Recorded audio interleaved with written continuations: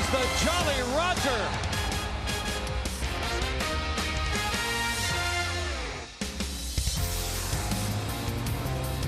Tonight, the series continues from Cincinnati. It's the Pirates and the Reds coming up. Game 2 of this series from Great American Ballpark. And the Pirates last night were winners. Tried to make it 2 in a row against the Reds, a team that's trying to make the postseason. The Pirates trying to deny them a second straight team heading for the postseason. Pirates trying to win again here tonight. Joe Block and John Wehner and Robbie Inspikowski down on the field for the Pirates in the game last night, powering the offense. Some guys that are going to be around for a while. That was really fun to see. 4 home runs for the Pirates. You love instant offense. In today's game, home run, slug are so important. And against the young lefty Abbott, couple wall scrapers. Ke'Bryan Hayes hits one off the top of the wall. A pitch about neck high to Henry Davis, hits it just over the left field wall, and then a couple of bombs. Triolo going the other way, deep to just right of center field, and then Endy almost going through the smokestacks. He knew it. Nice little bat flip from Endy. 4 homers helped the Bucks win the first one of this series.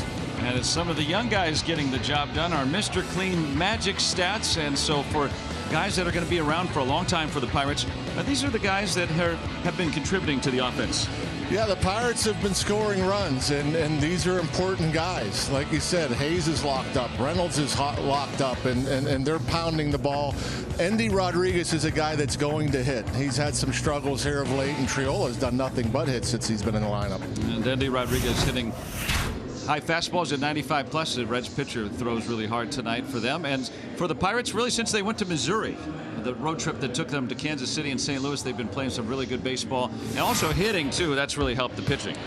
Without a doubt, you got to score runs in the league, and it's pretty remarkable. 15-8. You think about the record in April, and then the record towards the end here in September. Man, just play 500 ball in the middle months, and we're in the postseason, maybe winning a division. But it's great to see. Average with runners in scoring position. If you're not hitting the ball in the ballpark, obviously you got to hit with runners on base. They've done that, and they have slugged with runners on as well. Pirates playing 500 baseball since the All-Star break. They look to go a game over with a victory over the Reds and clinch the series tonight. They can try to dim Cincinnati's hopes for a red October with a victory. Pirates and Reds coming up from Cincinnati.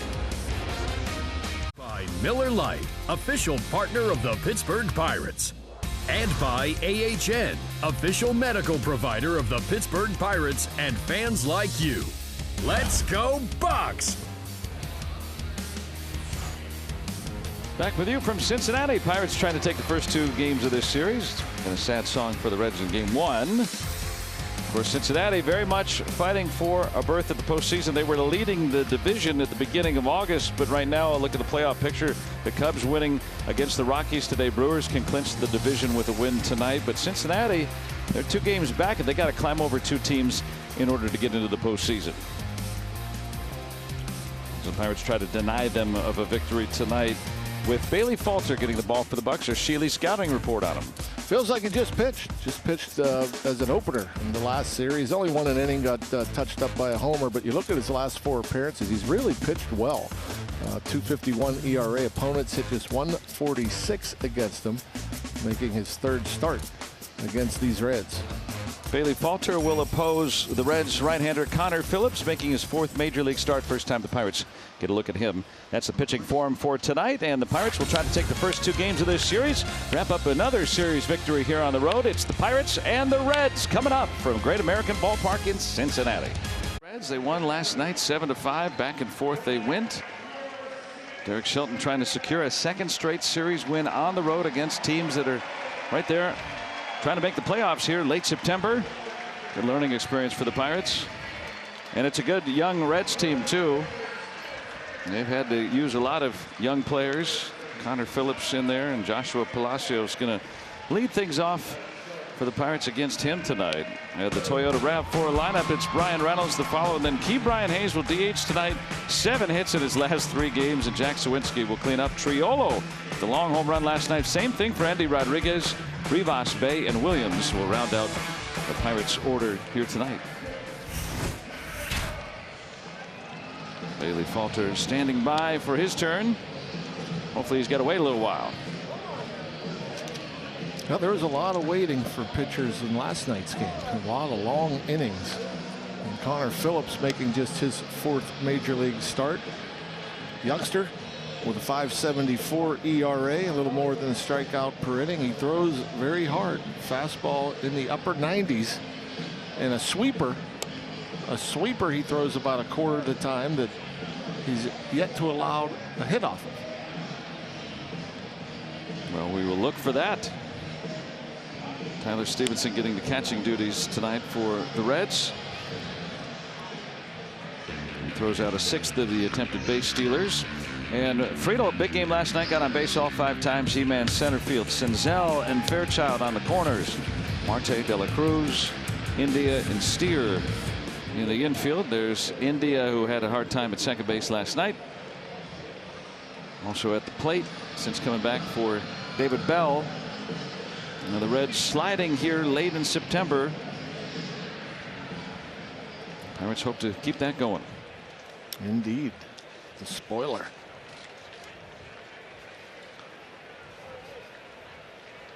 And so Palacios in the starting lineup tonight. Played right at the tail end of the game for defense. Down a strike to start.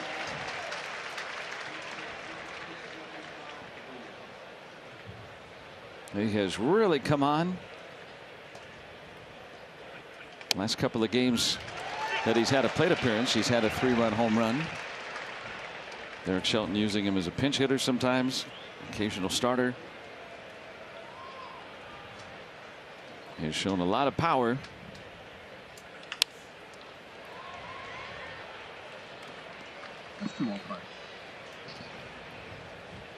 Working the plate tonight is Stu Sherwater. It's Mark Wegner, the crew chief, first base.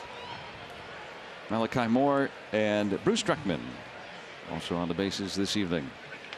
With some firm high heat. Yes, sir. Coming at Palacios out of the gate. Just get 2 strikes, see if you can expand, get a chase. He does.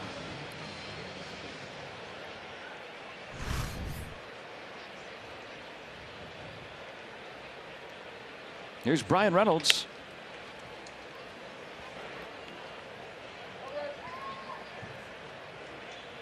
Been on base 21 straight games now. Longest such streak since Brian Reynolds did it back in 2019. Last time has been a longer streak, put it that way. Very consistent. He has such a good knowledge of the strike zone. Obviously a feared batter in the league, so a lot of teams cautious when he comes to the plate, so he doesn't get a lot to hit. So he'll take his walks. 1 out free pass.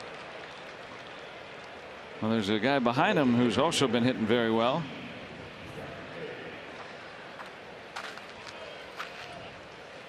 Ke'Bryan Hayes, one of the best hitters for power over the last 3-4 months in baseball, since June. 5th in slugging in the National League. Remember, missed some time with injury. And that's a long time, though, that he's shown he's hitting doubles and home runs. And that average creeping up there. Just was curious today, so looked it up. He's 26th in all of baseball in batting average at 279. Yeah, these days it's the new 300. Yeah, it's something. Not many guys batting 300. And I just told you, I can't remember now what, I think there's only like 75 batters that hit above 250 in all of baseball that qualify. Not a lot. Oh, got a chase of a breaking ball way up out of the zone. First time the Pirates have faced Connor Phillips. This is his 4th major league start. Yeah, you don't usually see a chase of a breaking ball up there. Fastball, yeah. I had to look it back up just to make sure I wasn't wrong. I was wrong. 94 batters are hitting 250 or better going into the day. That's out of hundreds of hitters. And then when you think about the Atlanta Braves hitting 276 as a team, there's only 36 batters that have hit higher than that.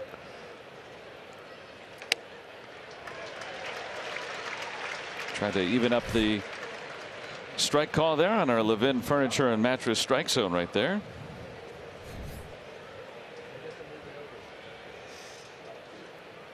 Maybe you thought the first one was a strike on second thought and then evened up the count. Middle pitch. Hey, he's not scared to come at guys.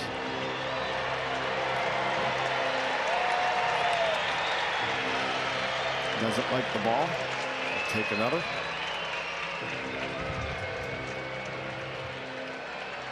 Pirates have been scoring a lot lately. 28 runs their last 3 games.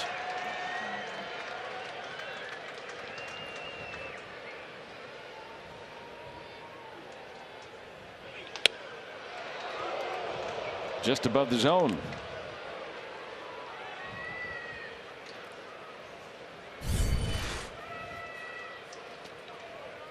He's pretty good at taking that pitch. He talked about Reynolds knowing the zone.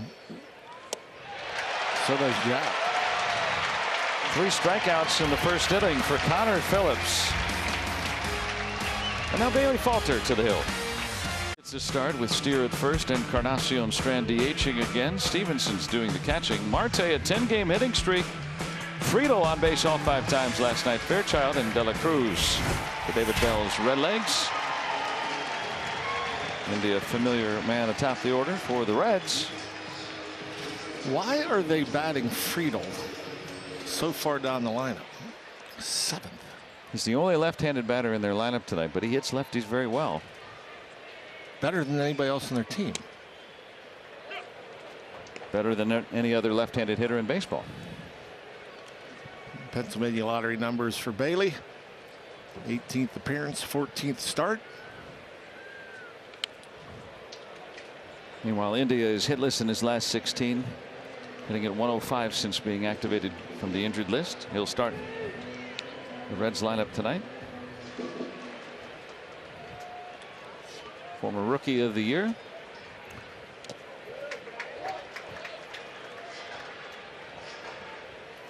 Now, I'm confused by that. I mean, I was surprised to see that too. Yeah, it might cost him at bat. I mean, you could argue he's their best player. Runs well. Hold on to Triolo getting the start at third tonight. India leading off hits 202 against left-handed pitching. Friedel 344. Send David a note. You know, give him give him some tips. I mean, there's his tips to win. and you know, there's computers and all that other stuff. They always have more information than we do, but it did seem strange to me. Better for the Pirates. Now Senzel hits lefties very well, so he's in there tonight. Was not in there against a right-handed starter yesterday.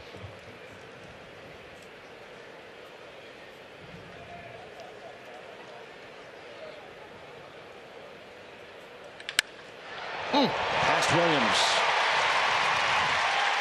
Hard hit single for Senzel. Yeah, that was hit very hard. That got past Alika in a hurry. Watching the angle here, I thought maybe he can get to it, but that thing got by him so fast. You know, maybe if it was hit 100 instead of, I don't know, what was it hit? 110? Felt like it. 106.6. That is hard hit. Now Steer. Senzel coming into tonight hitting 345 against lefties, 169 against righties. So big splits.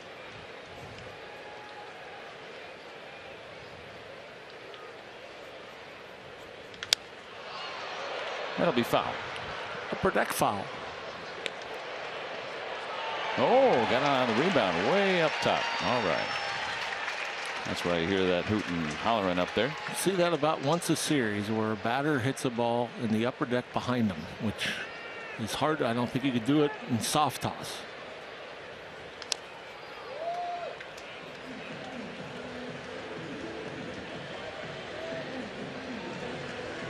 So they go back to the curveball.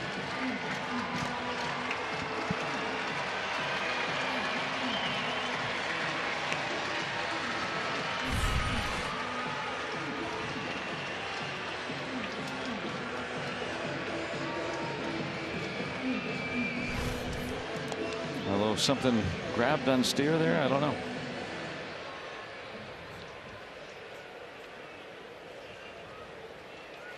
We'll get back in there. Falter ahead 1-2. The Reds lead baseball in stolen bases. Swiped 3 last night.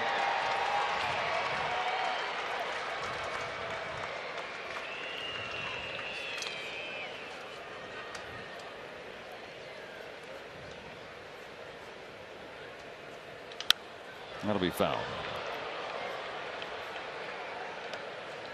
That fastball gets on a little bit better than the number shows with Falter, doesn't it? Sneaky quick, yeah. You know, for a guy that doesn't throw hard, it's a good weapon. A pitch that he'll finish guys with.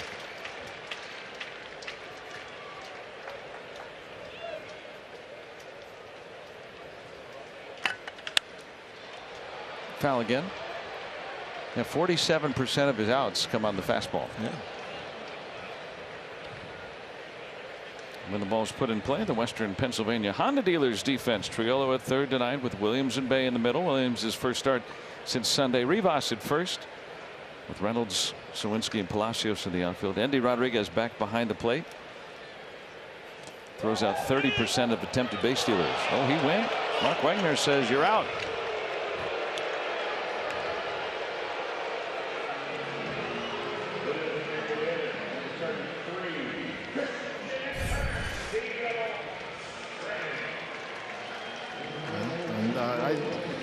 I feel as if, and you know, we talk about the strike zone getting, you know, with the obviously with the strike zone we have. I think umpires have gotten smaller and smaller with their zones, but I feel like check swings are up. Doesn't seem like, you know, you almost every time a batter takes the bat off the shoulder, it's rung up. A couple of them last night that I didn't think were offers.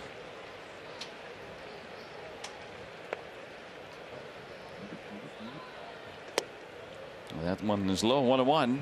Christian Encarnacion Strand.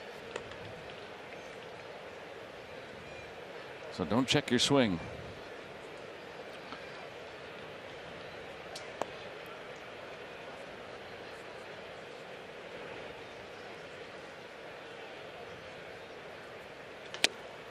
There's the sneaky fastball right late there. Swing on that.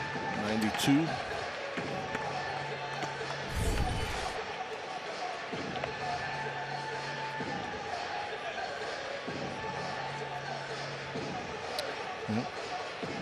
Way late.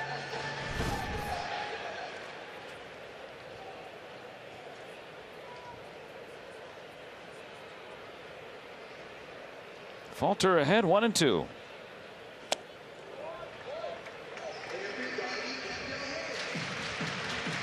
What were you saying last night about the slider? If you're going to miss, you got to miss out of the zone with it, right? Down in there. If you're throwing it, you know, left into a righty or righty into a lefty, you don't want to leave it on the inner third, inner half of the plate for a strike. You know, it's, you know, maybe start it there, have it finish off, maybe you get a swing. But for a lot, you know, you see a lot of damage done when that breaking ball breaks right into the bat, right into the swing path for a lot of these guys. Out to right and deep. And in this ballpark, that's way back. Curveball in those right field seats, and Encarnacion Strand gives Cincinnati a 2-0 lead. That's some opposite field power. Made a big deal out of Henry Davis. The home run he hit last night was a breaking ball that was about neck high. It was way out. Look at how high this pitch is. And off the plate. We'll look on our AHN Supermo. I mean, that ball's never in the strike zone. That's usually a safe bet. That's usually an easy take for a lot of hitters. You know, they see it up and out right away. Wow. I mean,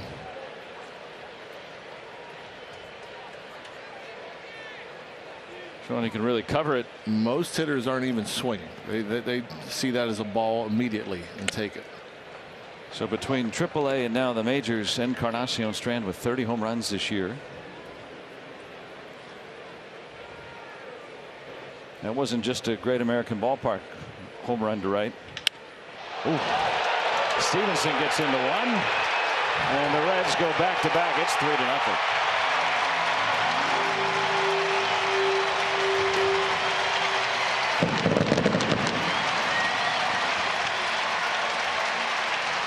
They want to keep playing into October. These Reds fans like this first inning.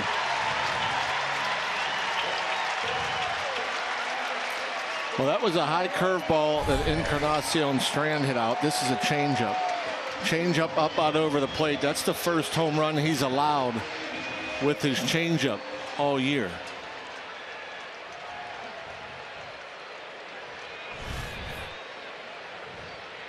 Back-to-back home runs.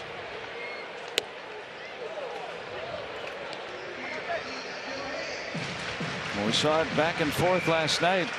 Each team had a lead 3 different times. With the Reds staking themselves to a 3-0 advantage here in the first inning.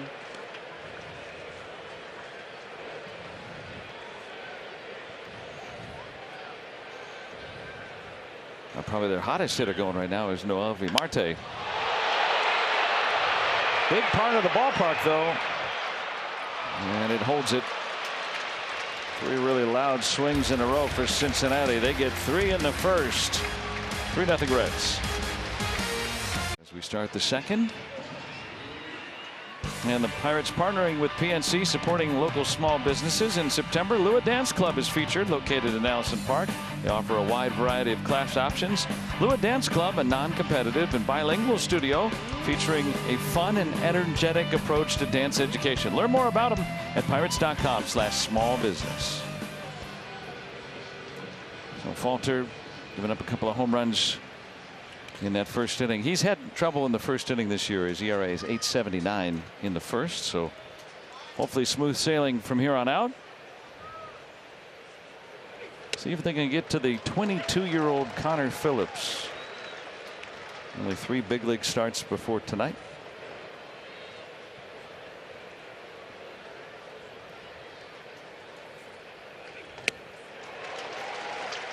Fastball heavy early on. Up to 273. He's been really swinging the bat well since coming up from the minors. Again, a 968 OPS in that brief time since he's been back up. And you were saying you like his approach. Yeah, he sees the ball good. He hits the ball where it's pitched.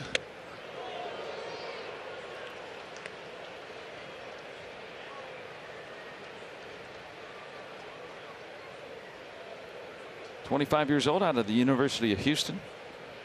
Grew up in Houston. It's always a solid at bat. You know, he waste pitches. Seems like he can hit them up and in to down and away, hard and soft. Not a glaring weakness then? Not that I've seen. In the air right field, that's always a question mark. He hit it out to right. Out to the corner for Fairchild. Friendly, cozy dimensions out there.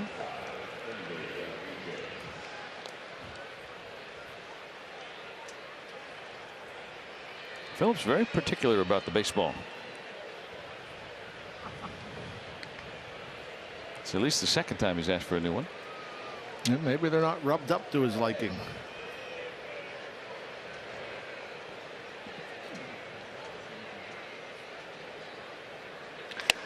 I've read somewhere where there's they're going to try a new ball that comes with like a bit of a tackiness to it.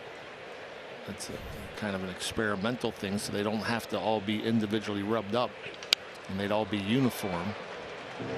I don't know how long ago I read that, or whether there's a chance of that happening or not. But I assume there's a guy in every ballpark that still rubs them up prior to the game, and with the Mississippi mud from New Jersey. In the Delaware River. That's a 4th strikeout already for Connor Phillips. Well, that's a sweeper that is pretty much down the middle. Doesn't look like there's a lot of break.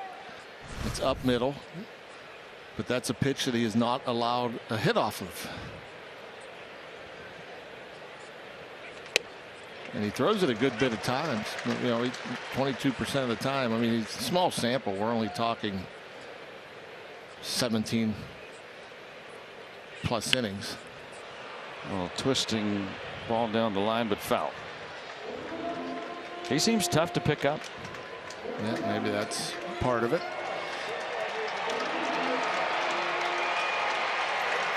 Then again, that's the first time any of these guys presumably have seen him. Don't know if they met up in the minors at all, but. Well, they made a nice adjustment to Abbott in last night's game. Sometimes you see that first time through, and then second time through, much better results. And Phillips has had some struggles second time through in his first 3 starts. So far, 5 strikeouts through 2 innings for Phillips. But the Reds are up 3-0. As the Reds come to bat here in the bottom of the 2nd inning, and coming up on the final homestand, final game of the season is Sunday, October 1st. Pirates and Marlins at 3:05. Kids 14 and younger take home this Pirates hoodie thanks to SeatGeek. Go to pirates.com/kidsdays. Kids can run the bases after the game, and of course out on Federal Street, got the family fun zone before the game. I'm going to bring the kiddos for the finale. It's going to be fun. Good. One more. Look on our Levin Furniture and Mattress strike zone. Pitching around that window pane. Ooh, he is hot. That's going to be extra bases for Friedl. Rolls around the boards. Oh, that's 3. Maybe more. He's going to be waved home. Friedl to the plate. He's in there. That man is electric.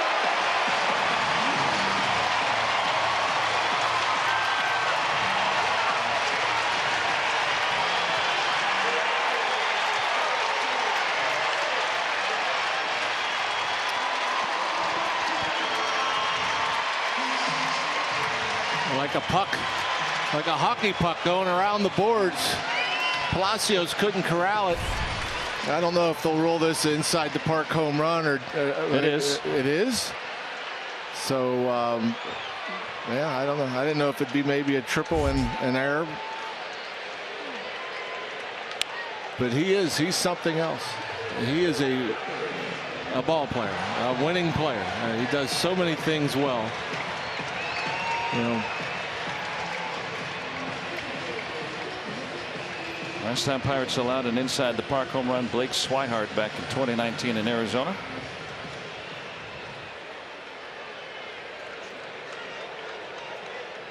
He's been on base all 6 times in the series.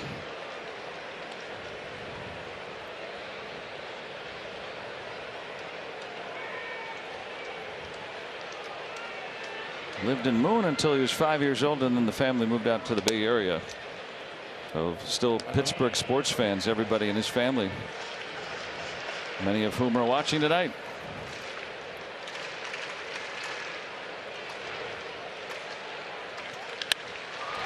to Alika for the first out. Do we get a time of how quickly he got around the bases? Endeavoring. And he's always going hard, and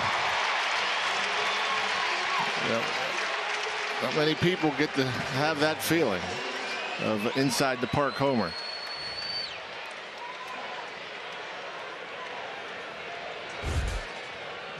.6 seconds. According to StatCast. To run about 130 yards. That's pretty fast.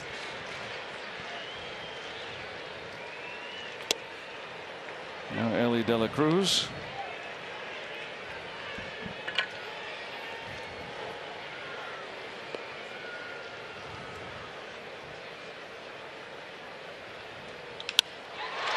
Base hit to right.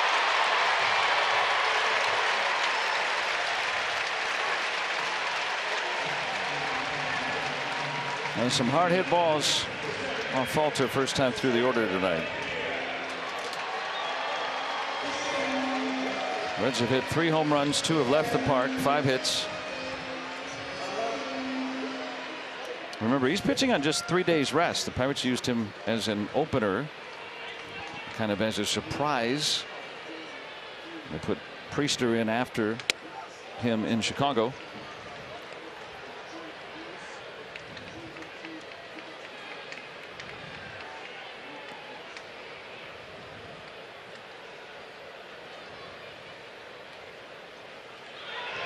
There goes Elly De La Cruz. He stole 2 last night. Got another.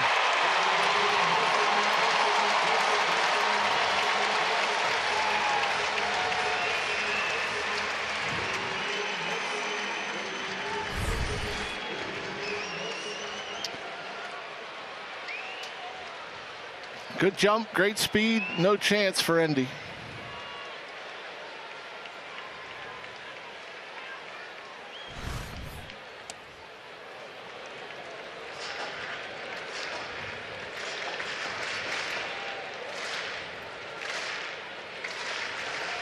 .32 stolen bases now. And in scoring position with 1 out.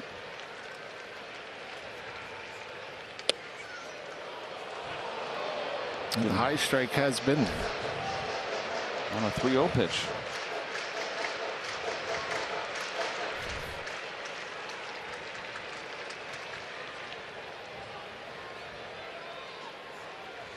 De La Cruz taking third. Stolen base on the walk.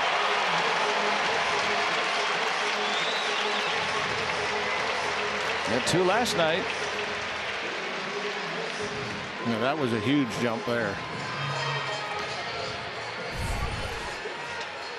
Well, he started before Falter started.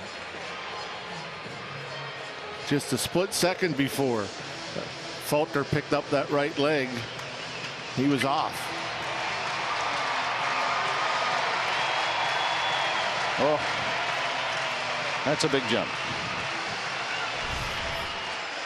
Now the Reds lead baseball in steals, 180.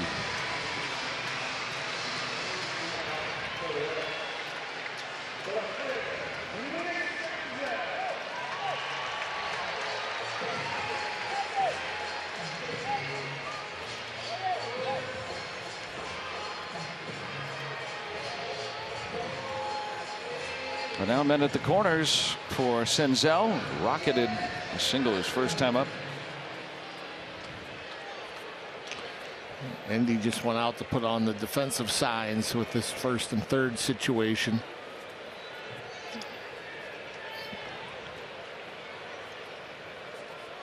India with 13 steals. And with De La Cruz at third and that great speed, don't want him to steal second, third, and home in an inning. So who knows if they'll throw through. Bouncer right back to Falter. Bad throw. Can't get the double play. 5-0 Cincinnati.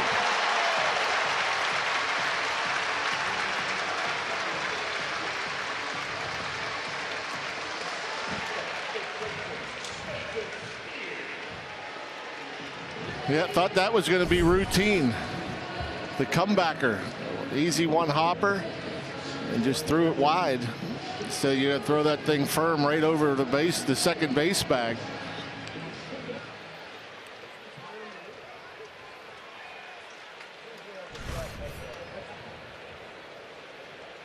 Now Spencer Steer, team RBI leader.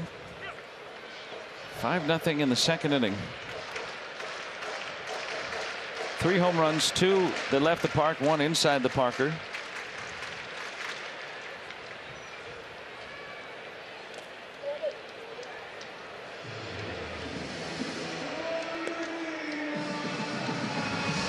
Pirates won last night. They're going to have to outscore the Reds.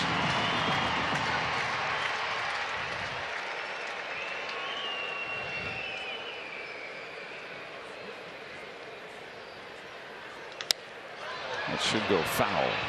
Deeply hit.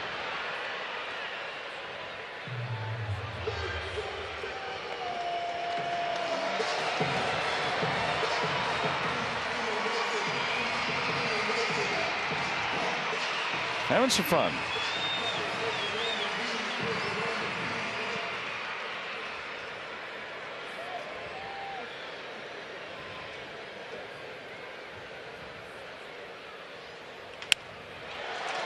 And it'll be stopped by Bay. Good effort to keep Senzel at second.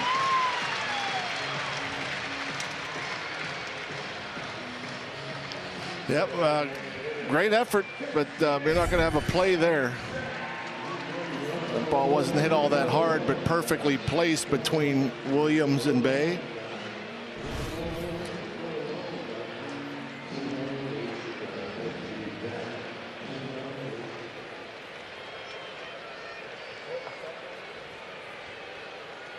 Now Encarnacion Strand, who hit a opposite field home run last inning. Reds with 6 hits.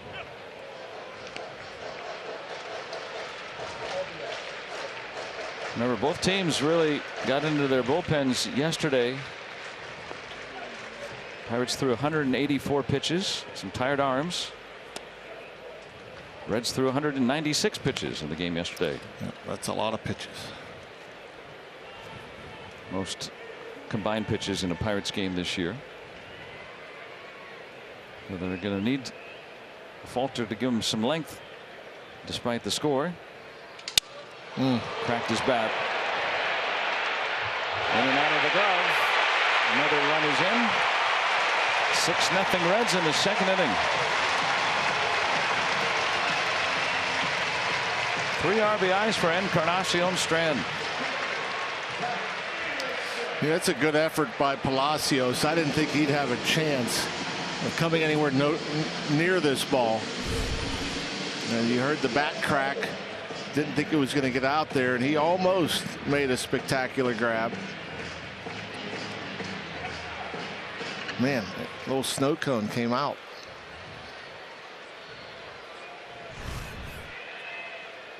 Stevenson homered his last time up.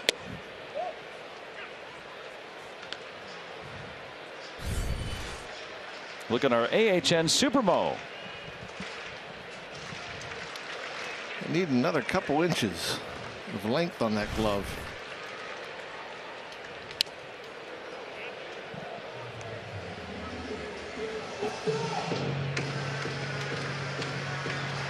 That was his 12th home run. Next one will make half 100 pitches for Falter.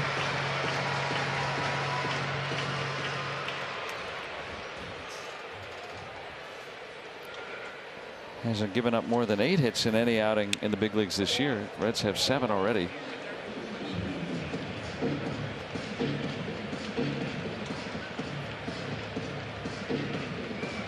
Trying to fight through this second inning. Yeah, already 50 pitches. And you wouldn't think he has 100 in him. That's going to hit the gap. Sawinski falls down. 2 are in. Crowd loves it.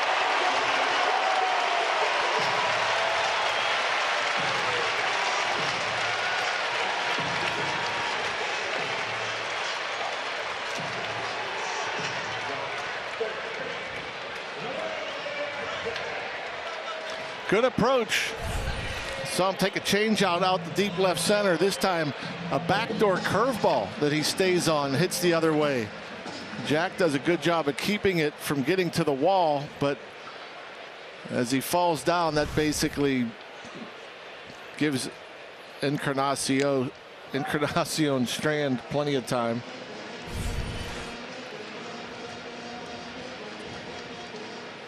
Right on the edge of the grass and the warning track. Couldn't get much on that throw.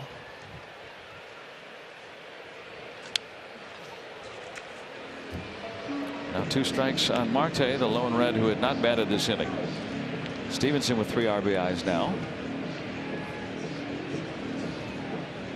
This inning started with a T.J. Friedl inside the park home run. And he's on deck.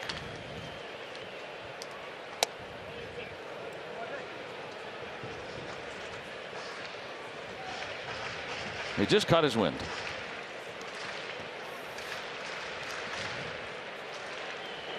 Most runs allowed through 2 innings by the Pirates this year.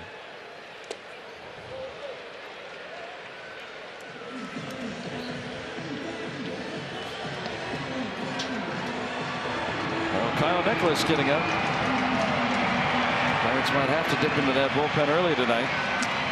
Yeah, he's a guy that moved to the bullpen in Indianapolis, but he did start earlier this year, so should be able to get multiple innings from him. Hard hit. And another safety for the Reds. Boy, they are bringing their bats tonight.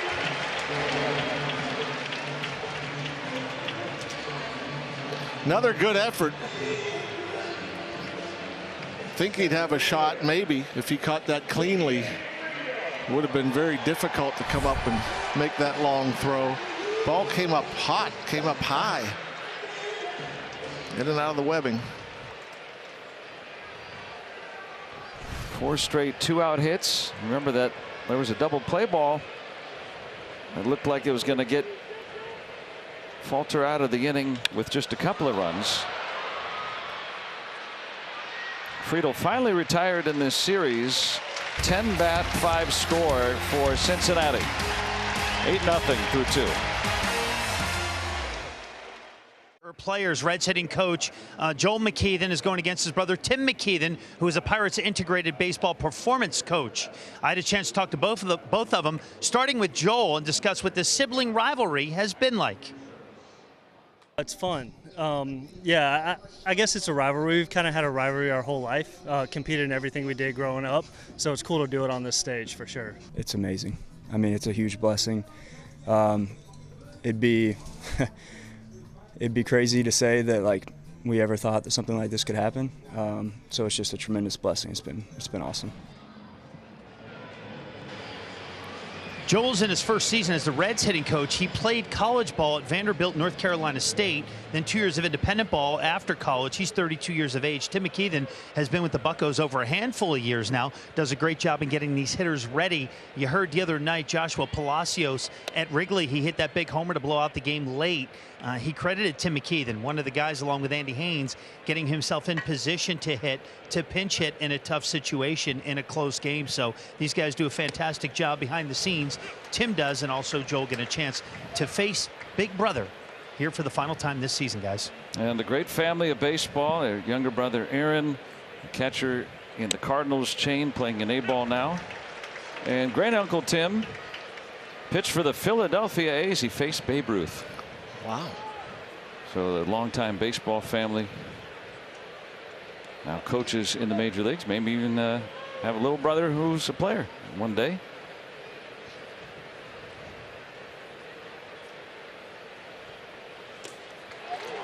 Bae strikes out, but he might reach. Oh yeah, with that speed, we'll take it.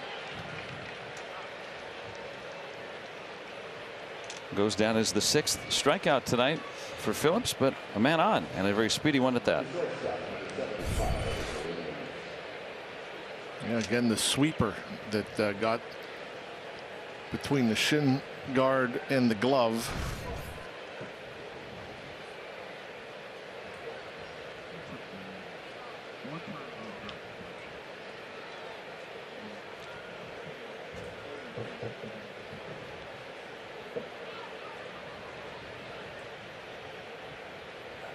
Here's Alika Williams getting his first start since Sunday. He's had one plate appearance since then.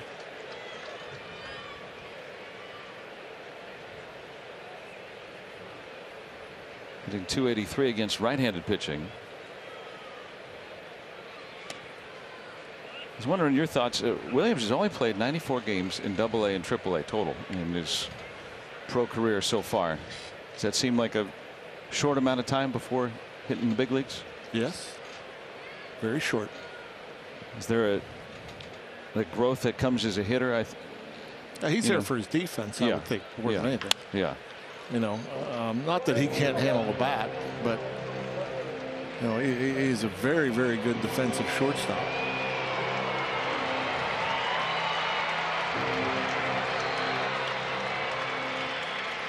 Curious if you found that you got seasoning in the upper minors like that as a hitter. It's just not a lot of at bats. That went out to Friedel.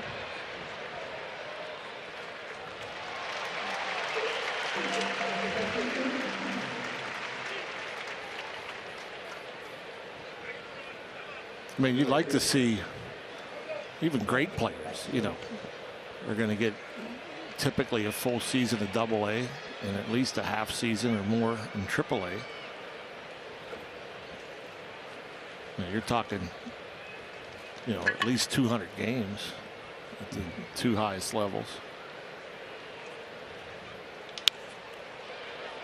Palacios in there, fouls it off. And just curious because he plays such a good, talking about Alika Williams, you know, such a good defense that maybe there'll be more in that bat as he gets more time.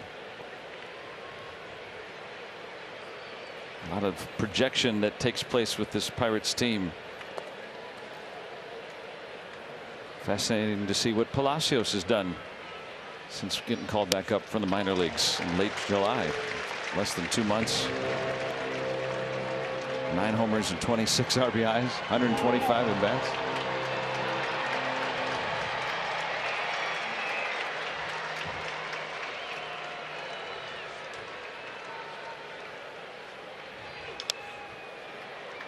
It felt like, for instance,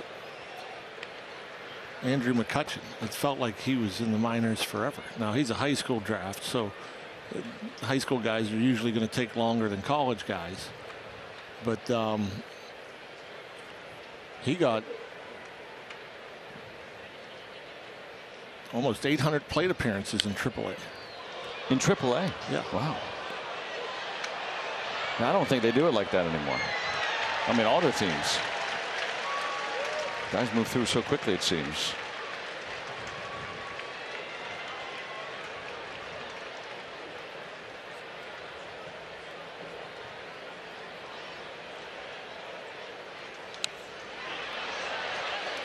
Still 2 strikes on Palacios. There's Alika Williams. Went to Arizona State. 37th overall by the Rays in 20. But yeah, started the year in AA. Traded to the Pirates. Went to AAA.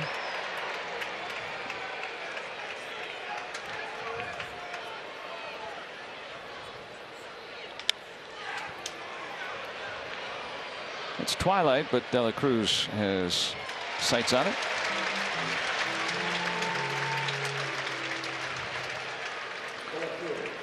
Well, let's see the second time through. I mean, his fastball has gotten hit. Again, small sample. Just his 4th major league start.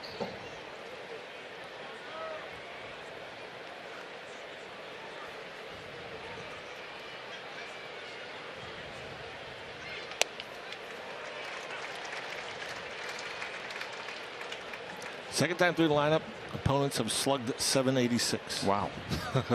That's very high. Yeah. Ruthian.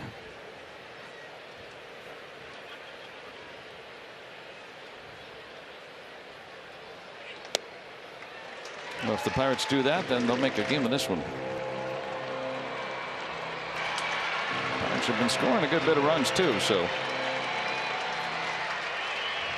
See what Phillips has in store with Bay at first and 2 outs. Peeled it from the sky. 6'5". That ends the Pirates' 3rd inning on that fine play. That kind of night for Cincinnati.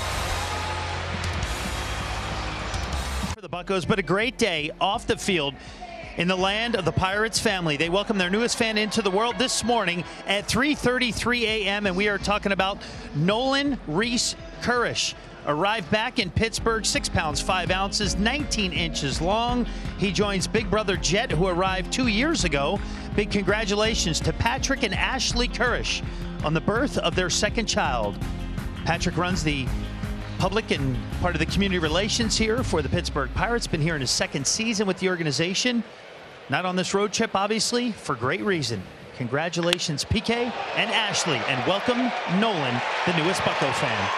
Thank you so much for sharing that, Robbie. Congratulations from us. I know they're watching. And Kyle Nicholas for his 2nd major league game. Hoping for a bounce back outing, but Fairchild with a rude greeting here in this 3rd inning. The Reds keep on hitting. Yeah, he was geared up. First pitch fastball. Got one center cut. Hit it hard. Only one Red without a hit, and that was India, who was walked already tonight.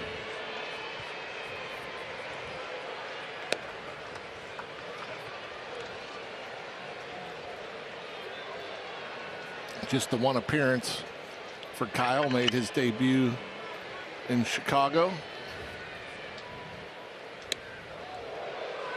Pitched Tuesday.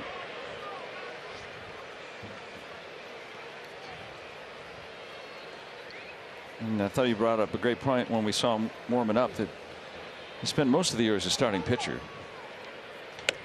So probably can give him a little bit of length here. Need that today.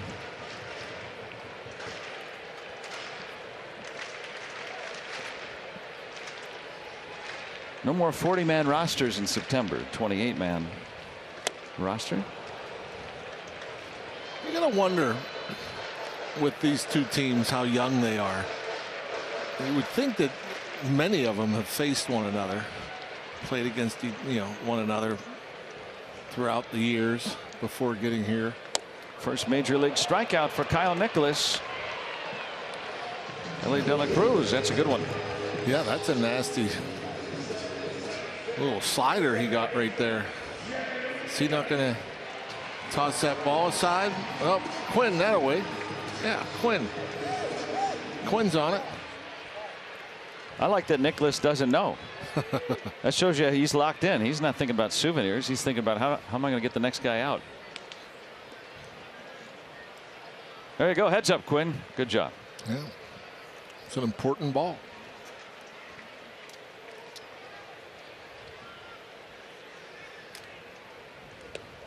Good block.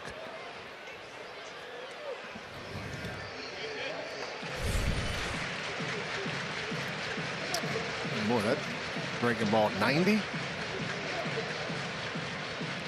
Remember that outing on Tuesday? Everything was up on the sliders. First time we've really gotten to see what it looks like when he can keep it down, and that looked good. More break, less damage.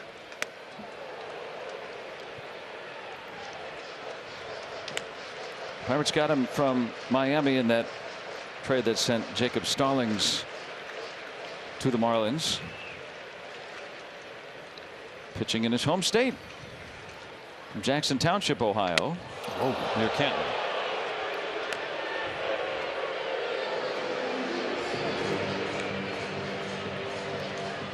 Well, none of this is intentional. 2 pitches that are up and in. But it'll make you uncomfortable.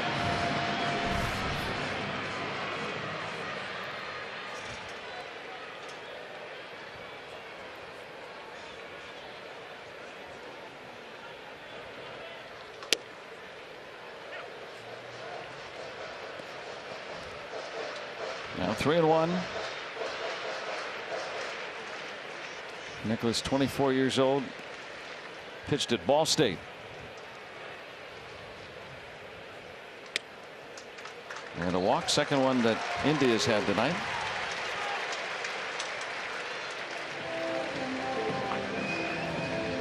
Third at bat for Senzel.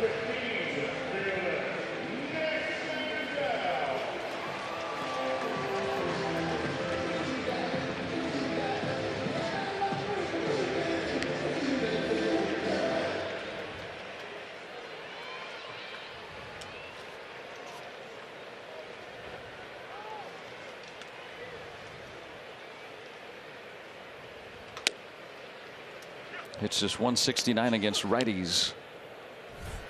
Look on our Levin Furniture Mattress strike zone right there on the edge. Yeah, it makes it easier getting ahead of hitters. Out to right. And Palacios takes care of the second out. Fairchild scampers to third.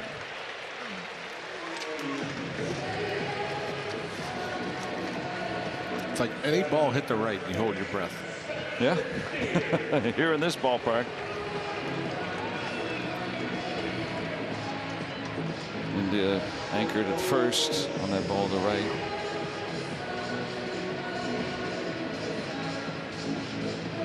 Reds got 3 in the first, 5 in the second off Bailey Falter. Nicholas trying for a scoreless third. Team's RBI leader in Spencer Steer. Leads rookies in runs batted in throughout baseball.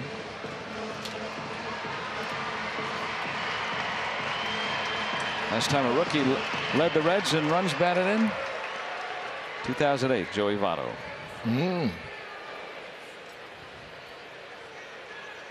Steer playing at first base tonight. Votto getting at least a start off. His name's been bandied about quite a bit. Will he return next season? And if he does, would it be with the Reds? Would it be with his hometown Blue Jays? Will he hang him up? Hit well to left. Thudding off the wall. RBI double for Spencer Steer.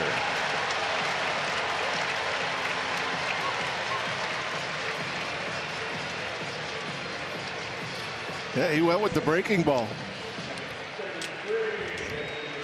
Appeared to be leaving it middle in. Yep, that just stayed up middle in, and he saw it well, put a good swing on it. It got out to the wall in a hurry.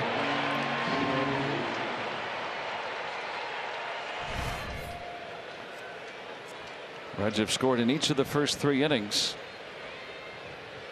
Encarnacion Strand.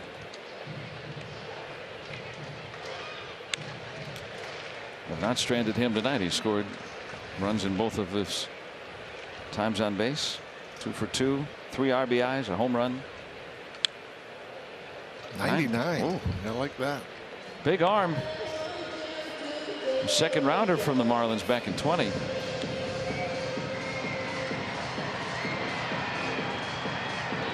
Starting to play up out of the bullpen, throwing even harder.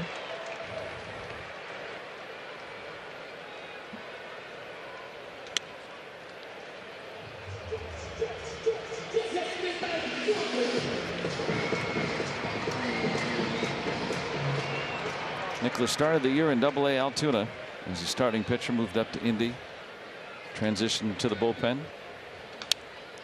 Man, how do you waste that? Now you're throwing 99, 98, and then that was a well-placed slider. Somehow he's able to go out there and waste it. The home run he hit was a high and away curveball, and he hit it the opposite way out of the ballpark. Ooh, gets him there. A couple of strikeouts in the inning for Kyle Nicholas. Reds, though, leading big, 9-0. Fourth inning.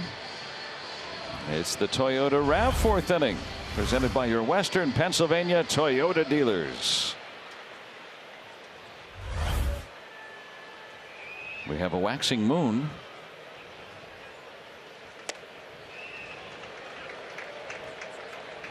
It was half full last night.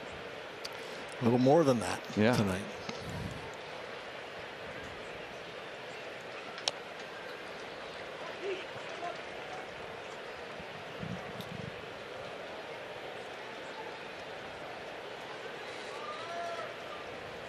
Phillips with 6 strikeouts through the first 3. Make it 7. Pirates still looking for their first hit.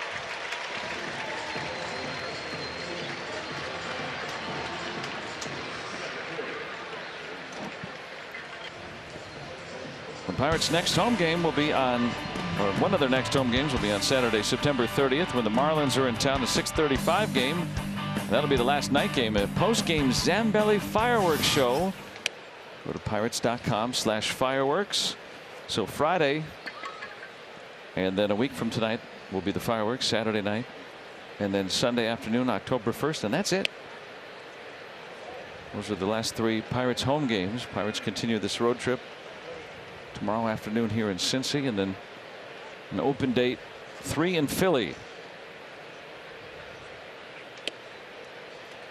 Where will Philadelphia stand at that point? They've pretty much secured a playoff berth, almost guaranteeing that now. By then they might be in.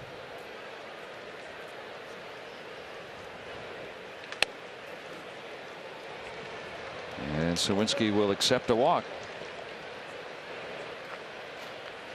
Third Pirates base runner, 2 walks and a strikeout wild pitch. And the 2 walks, pitches weren't really close to either Reynolds or Suwinski. Yeah, both 4 pitch walks.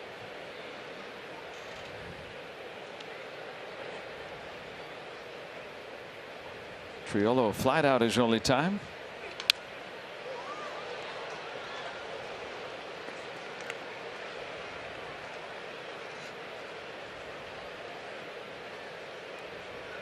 Coming into tonight against 95+ hitting at .414. Phillips has offered a lot of that tonight.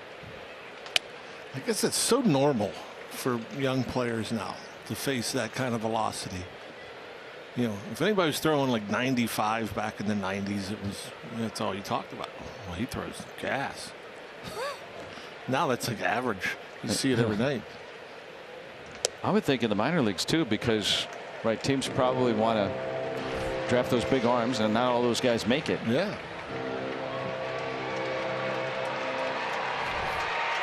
Probably more unusual to face a guy like Rich Hill or somebody, or Adam Wainwright, Kyle Hendricks.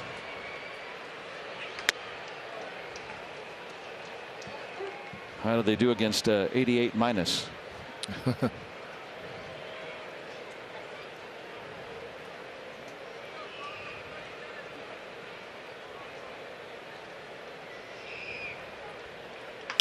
Little bouncer.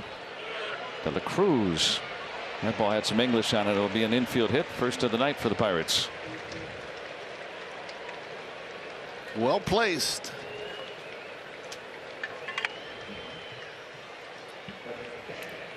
You know, he's throwing this sweeper, and again, he hasn't given a hit up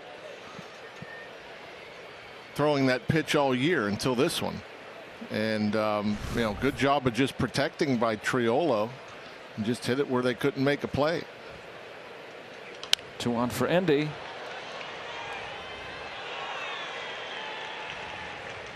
So walk, infield hit. How about a big fly like he hit last night?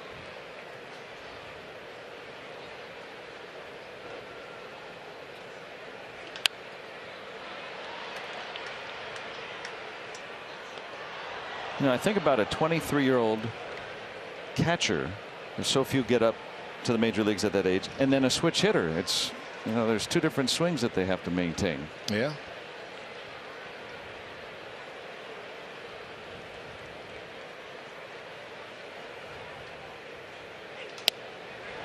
Not looking.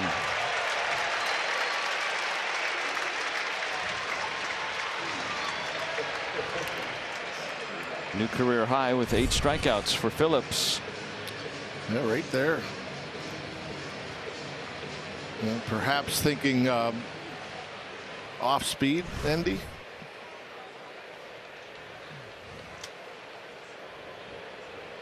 They're going to have to go to the grocery store, get more. He's been good tonight.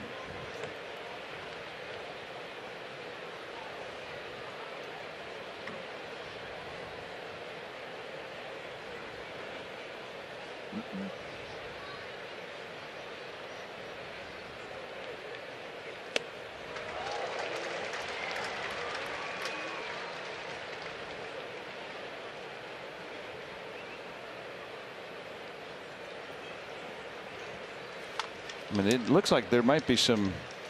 Now you talk about deception. Sometimes we talk about that with guys that don't throw as hard. Can a guy that throws that hard have deception too? For sure.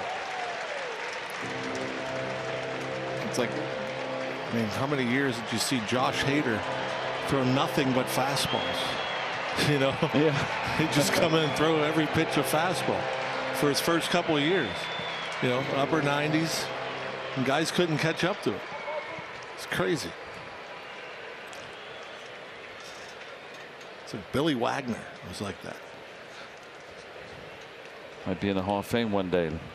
Great lefty closer.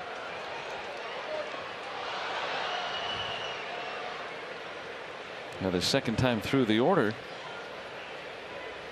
Pirates have yet to really figure him out.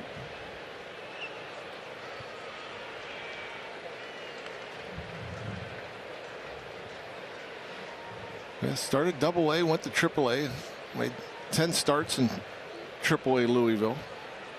Had a couple of wins. His ERA wasn't great, 4.69.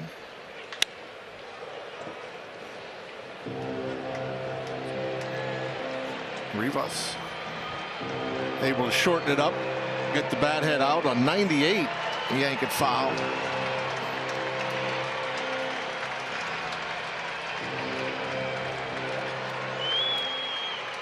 Got 2 men aboard.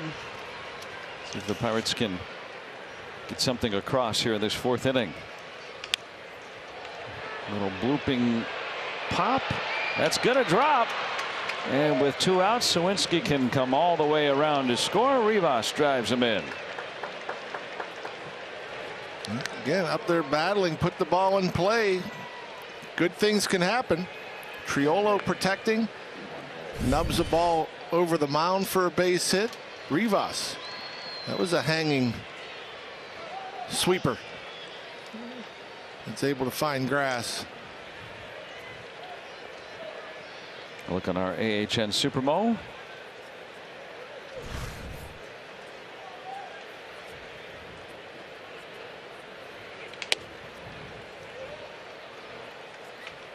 So Suwinski in. Rivas with run batted in number 11. 9-1 now.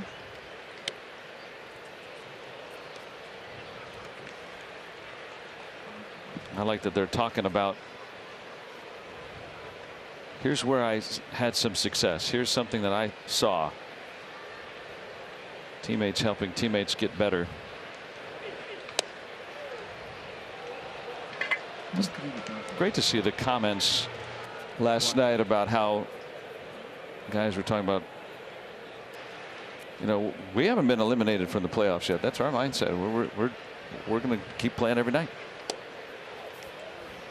And then once they officially are eliminated, then you say, all right, now we can play spoiler. But yeah, their mindset is, Henry Davis was the one that said that.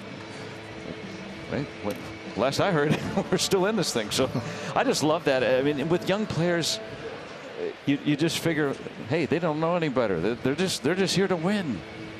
Oh, every It's game fun. you should. I mean, this Sure. is the idea of sport. It's the idea of competition. Every game you got to go out to win, whether you're eliminated or not.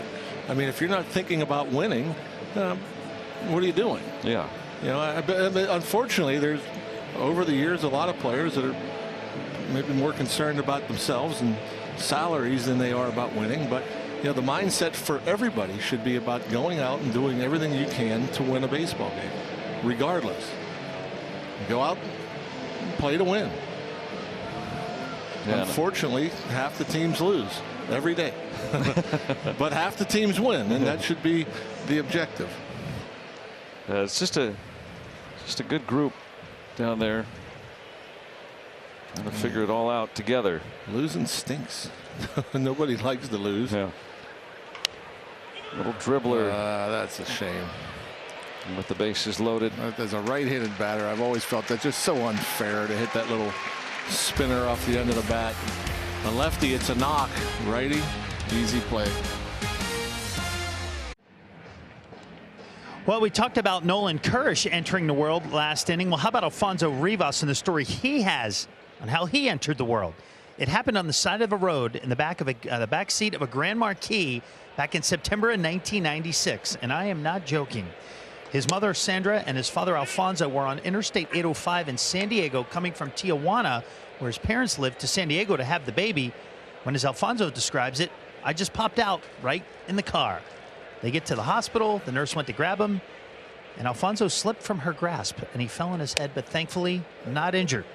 What a story Alfonso Rivas has to tell about the way he entered this world on the side of the road in the back seat of a Grand Marquis. True story. That's crazy. Grew up in Tijuana, Mexico, and they were just exiting Mexico to go into San Diego to have the baby, and boom, there it is. How do you He couldn't wait. He couldn't wait. A newborn baby. I got to follow up and find out what exactly happened. Alfonso's not going to be able to tell me, but maybe his parents have told him what happened there. Well, luckily he was okay. Well, you think about it. I mean, if you're born in a car, you don't have all the necessary supplies.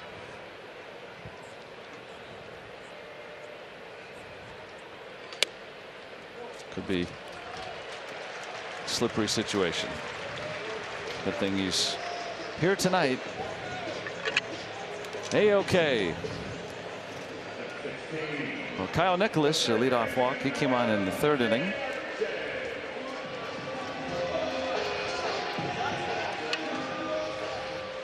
All the Reds with a hit except for India, who has walked twice. Marte an infield hit last inning. Hitting streak up to 11 games. Rich won last night in a back and forth affair.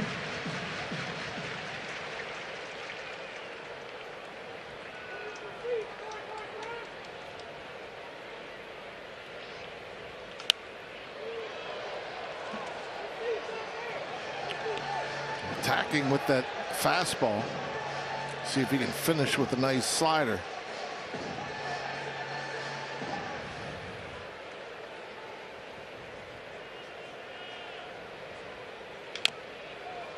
Bouncer up to Triolo. Let it roll.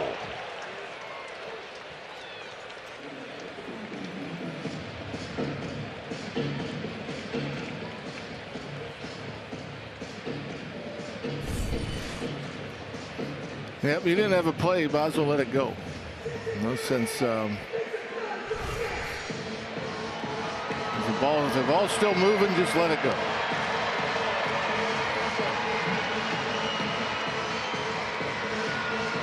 Marte making his way back to the batter's box now. They've started the pitch timer.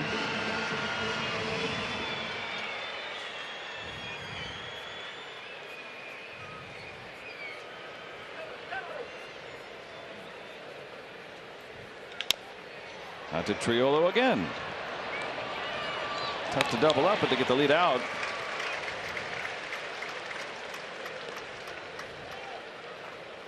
Nice job angling by Triolo. So one out here in the fourth inning.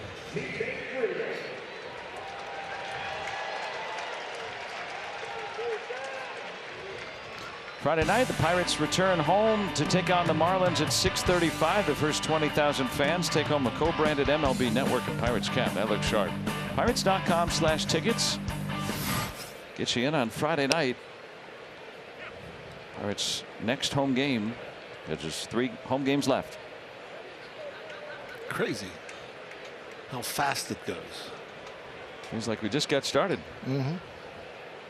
But it was 7 months ago today. The headed on down to Bradenton, get ready for the exhibition season. Then you get to the off season and, you know, pretty chill for a while. Then Thanksgiving rolls around, then Christmas, and then boom, spring training again. Yep, pretty chill in my household. Nothing going on. That's outside 2-1. I have kids between the ages of 2 and 7. 3 of them. Pretty chill.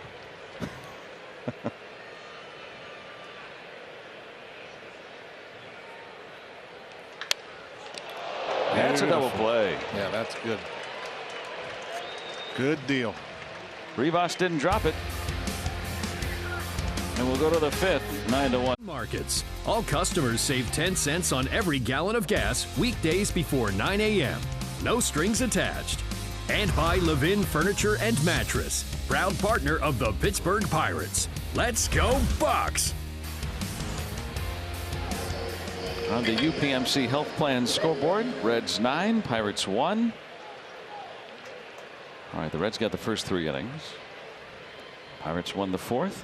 Keep winning some innings here. Got to get to hitting. Hasn't been much against Phillips. Infield hit for Triolo. Little blooper for Rivas. Progress.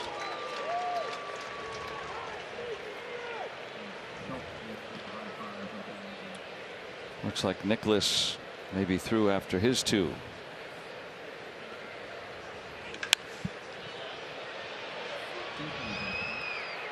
So some progress for Nicholas in his second big league outing. Valerie Moretta recalled yesterday. You know, get to face his former club. Yeah.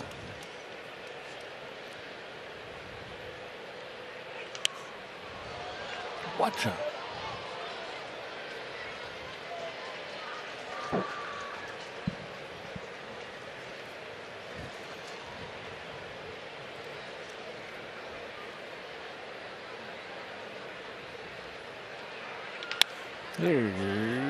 Wow, right up the middle. Ramping off the back end of the mound, hopping over the bag, and a hard hit single for Palacios. Yeah, off the bat, I thought for sure it's a base hit, but then you see that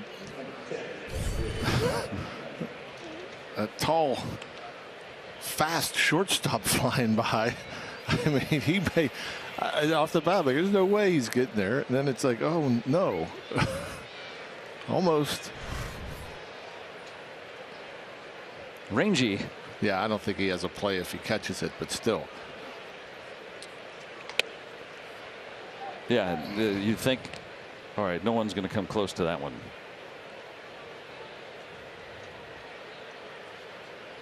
Third time through the order now. Palacios with a hit. Now Reynolds.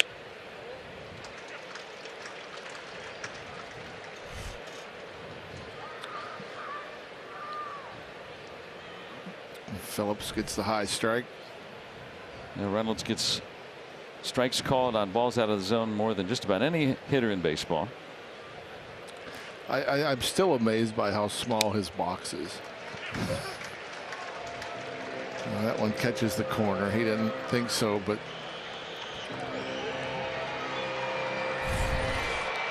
a little backdoor breaking ball. Sherwater, the umpire.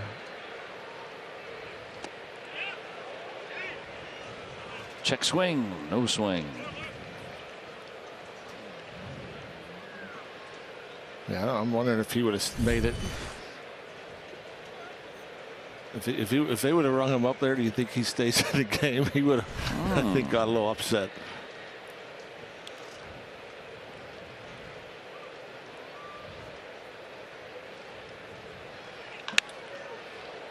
Wow. Got on top of that one. I'd say. Not taking any chances of another high strike call.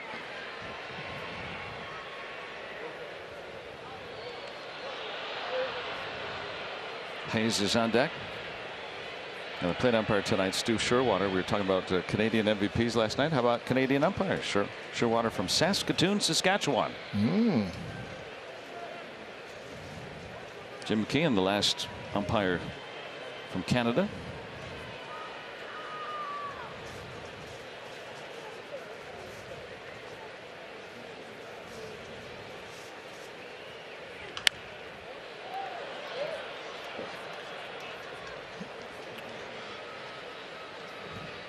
Still got 97, 83 pitches in.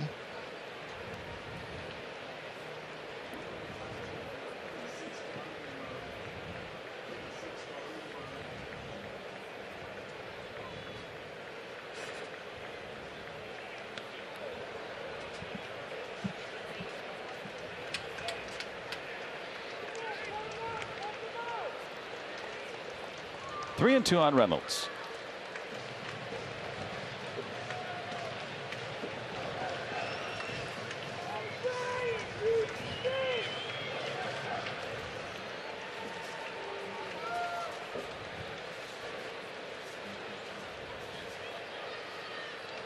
Wow. Strike three call. How about that?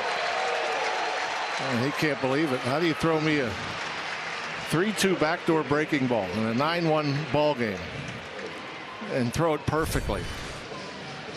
You know, you're thinking no doubt you're getting a fastball there.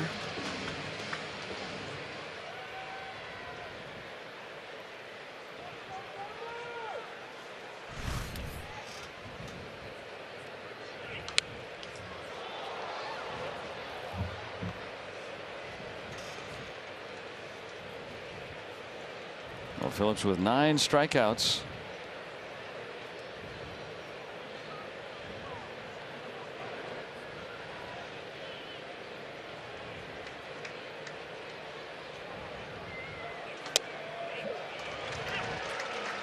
Hayes has struck out both times.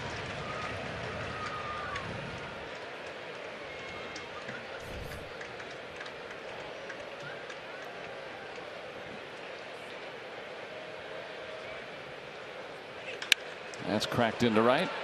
That Fairchild right there.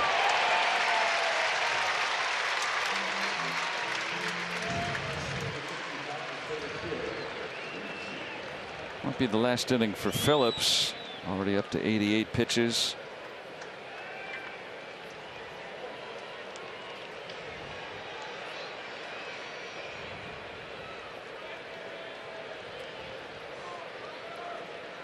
.95 has been his max so far. Well, the Reds coming into tonight, their starting pitchers, the 3rd highest ERA in baseball, a .533 mark. They're getting a good one from Phillips tonight. Yeah, this is a good arm. Anytime you get somebody throwing upper 90s with a couple of good breaking balls and location like that, you get consistent with the location with the little backdoor breaking ball. We saw a couple down and away fastballs.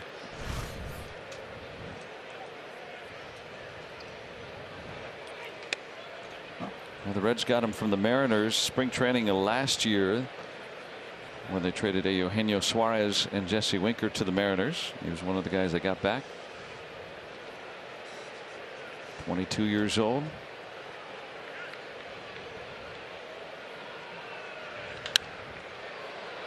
Toward Friedel. Leadoff hit left on for the Pirates. Connor Phillips a run through 5 innings tonight. We'll start at the bottom of the 5th inning. And this Pirates pitching change is brought to you by Sheely's Furniture, Appliances, and Mattresses. Dowry Moretta making his 51st appearance, 4-2, a 4.24 ERA with a bunch of strikeouts. Hard to hit. Opponents just .209 batting average against. Yeah, after his first 30 games with the Pirates, his ERA was 1.71. All those inherited runners stranded. He was excellent. And then had a stretch where he pitched 7 times in 13 days in June and ended up going on the injured list about a month after that. Had an ERA over 8 in that span. Option to the minor leagues late August, a month ago today, in fact. He's had a long stretch of success with the Pirates. Yeah. Good arm, mid-90s, good slider, changeup.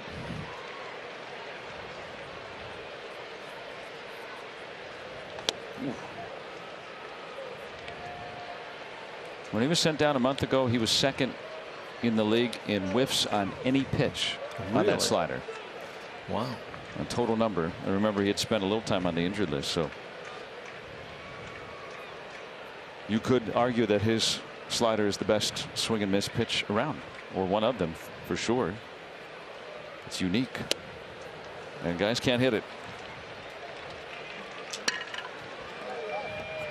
Let's check in with Robbie on more on Dauri Moreta. Yeah, he's a pretty interesting guy. He used to play for the Cincinnati Reds, comes over to the Pirates, brought a unique angle to the clubhouse in terms of clubhouse games, and we're talking about the game of chess. Here's a photo of him playing against Raul Hernandez, who's the Pirates bullpen catcher, and he said it's something he learned from Joey Votto with the Reds.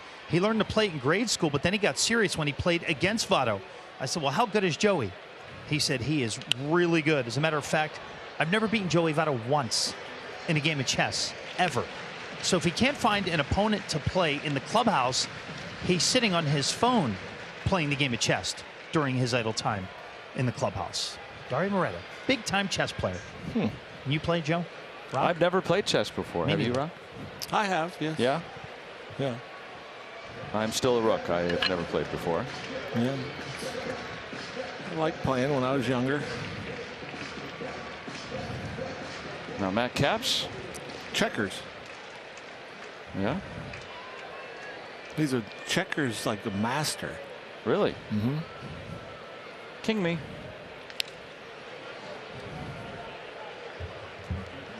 I'm not going to ever play checkers with him then. I wouldn't. Yeah, made me nervous about that.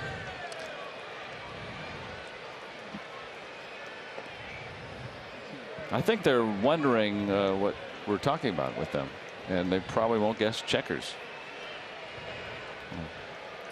Which way to the checkerboard? And another swing and miss on the slider from Dauri Moreta. 2 strikeouts on that pitch. It really is amazing because, you know, a lot of times, you know, this one he gets down, but a lot of them he'll leave up and they can't hit it. It's a slow spin slider. He says he's just always thrown it that way. Usually slider's a fast spin pitch.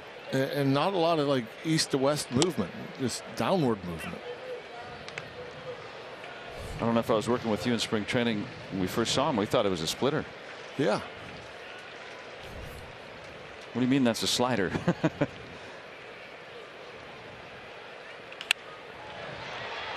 One hopper. And a quick inning for Dauri Moreta against his old club. Reds still own the lead though, 9-1. With the Phillies, but longtime Red, and then the other way around for Scott Rowland, who is also a Hall of Famer now, inducted this year. Longtime Philly Cardinal, but also wrapped up his career with the Reds, winning the division in 2012 with Cincinnati in his final year. 8 Gold Gloves, 7-time All-Star, one of the great third sackers in baseball history. It sure was. Yep, he was outstanding over there. And a ball player, you know, hit for power, played hard.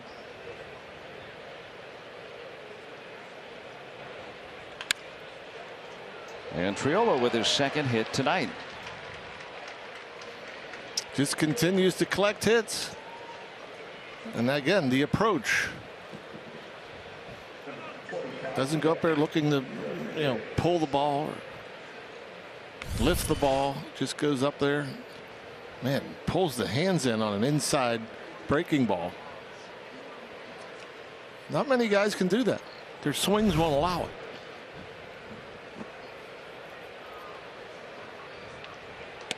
Usually that pitch with a breaking ball in, you'll see more of them foul in the seats, you know, down the left field line. It's hard to keep fair, let alone put up the middle.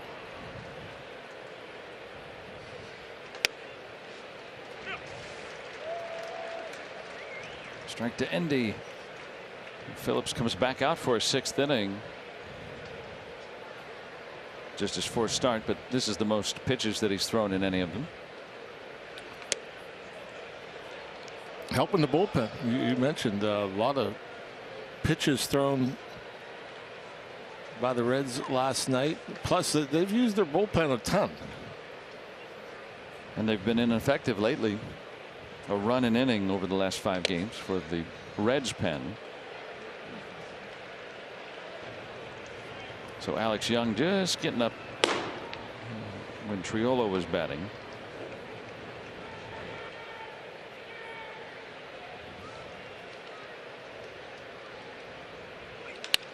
Up the middle and through. Another hit for the Pirates. Andy Rodriguez, a 1-for-3 evening.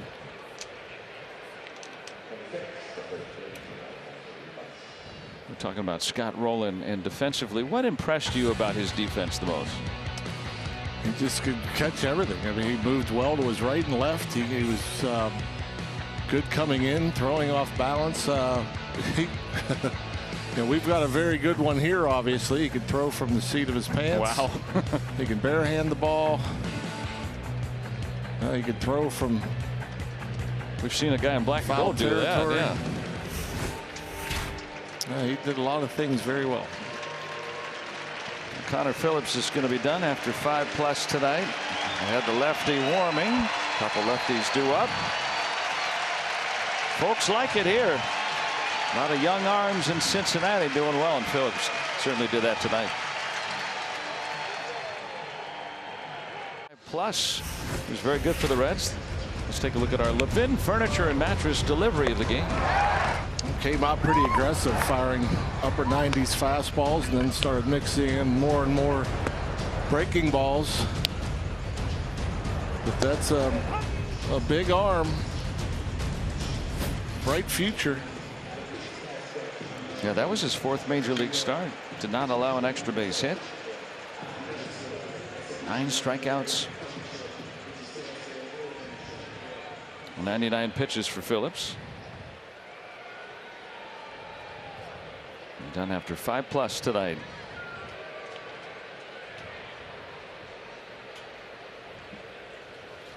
So left on left for Rivas.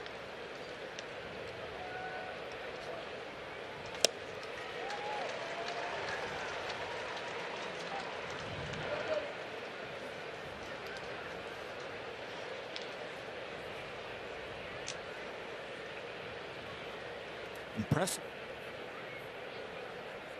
It was a good outing for Phillips.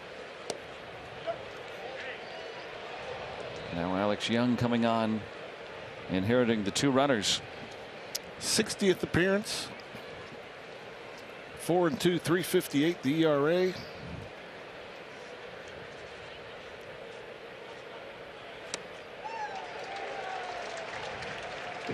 That's about it with the fastball. He averages just over 90. Throws a changeup and a curveball.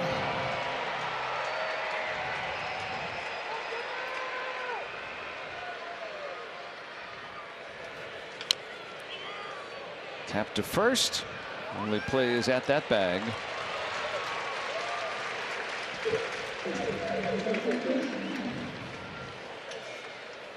Runners advance.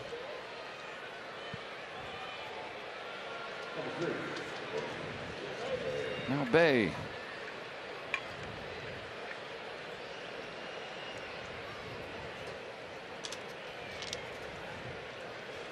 .270 hitter against lefties.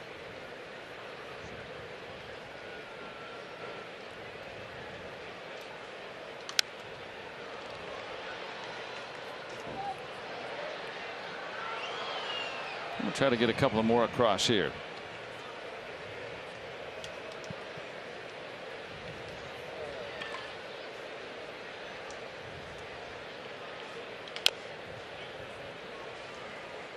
Yeah, another guy not throwing hard, but very deceptive fastball.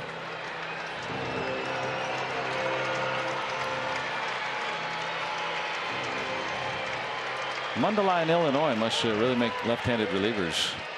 He's from that city near Chicago, so is the Pirates lefty reliever. Barucki. That ball's going to get down, base hit. Wanted to see it drop. Triolo gets in. Indy to third, 9-2. Nicely done. The 0-2 breaking ball. Go out and get it.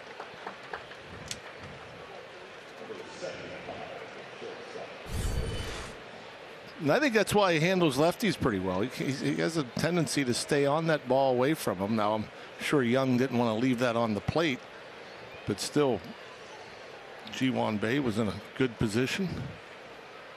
Knows he's going to score no matter what, so just in case it does get down. That ball's caught on a line by De La Cruz. Sinking liner. Williams has had tough luck tonight.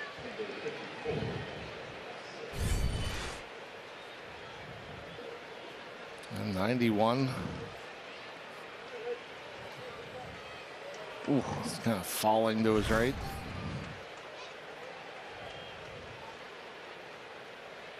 Two on for Palacios.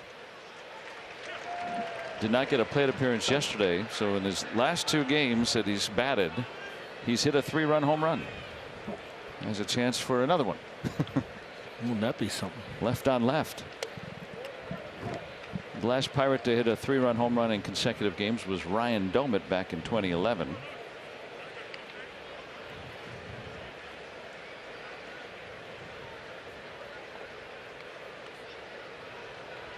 Well, he hit one out here. So Pirates certainly within striking distance at that point. How about a base hit? There you go. RBI for Palacios. That's all he does. He drives and runs. RBI collector. I mean, that's his 40th RBI.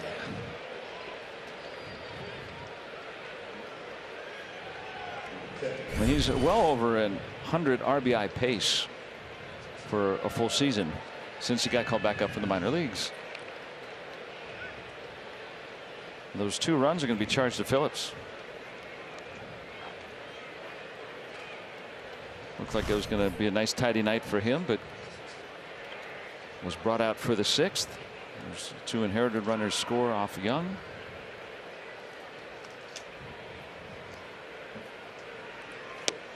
Don't have to stop hitting. No. You know, you drive one here, it's a whole different ballgame. When Reynolds gets a hold of one, you know, it's a 3-run game.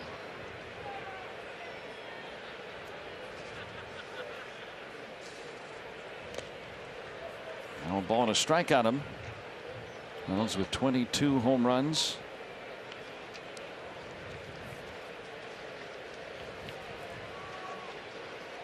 Derek Johnson, the pitching coach, knows that Reds bullpen has been used a lot and has been ineffective lately. Up to right. This one is deep. Carry. And this one is gone. Here come the Pirates. Look out, Cincinnati. The Buccos are coming for you.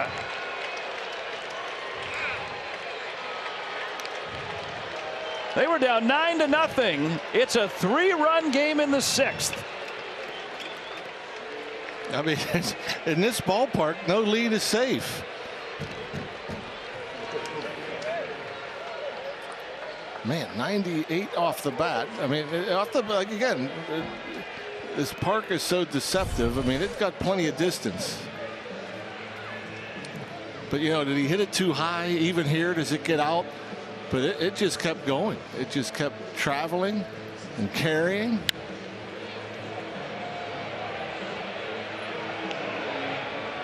I mean, that's 4 rows deep. Brock, the Pirates have never overcome a 9-run deficit to win a game before. Huh? We might be seeing it for the first time. They got a chance tonight. Yeah. This is something. I mean, we always just talk about that. We throw that out there. Well, if he just hits a home run here, well, it's a lot harder to do. And the Pirates have done it. A 5-run 6th inning. Palacios, a 2-out RBI hit. Bae driving in a run in that inning. It is 9-6 in the 6th inning. Yeah, I mean, there's a lot of ball game left.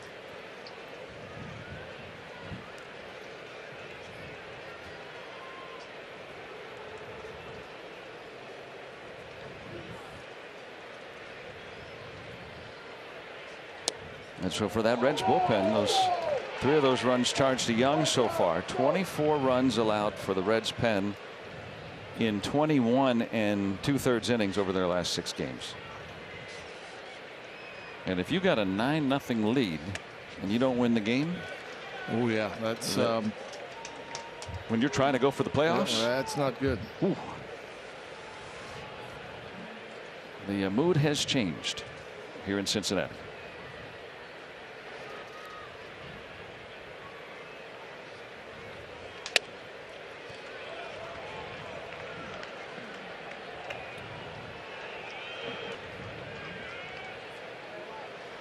What's he go to here? 3-1 pitch.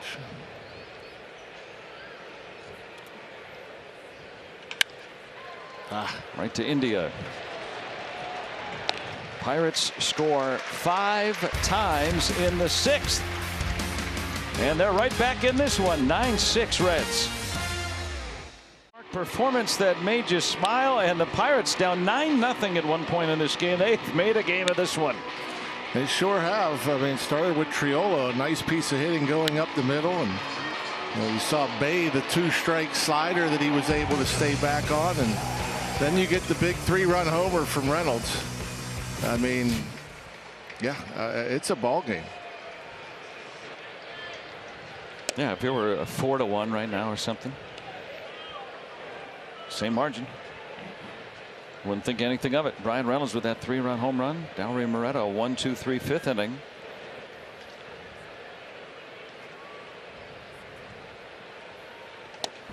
Got to keep the Reds where they're at, though. He went. Didn't look like much of an offer. You said it.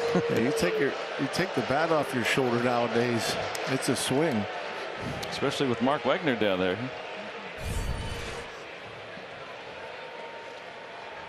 Yeah, that's not much. You thought about it. Strike.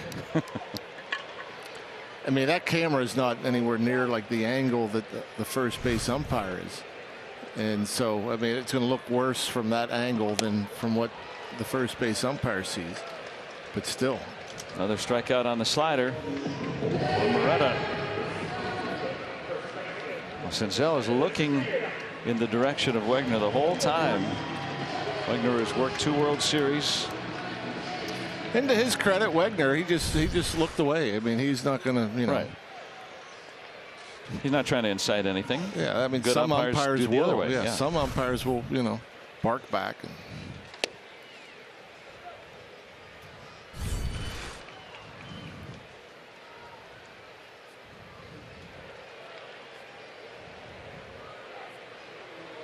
I vehemently disagree with your decision. Popped him up. Fair ground for Triolo.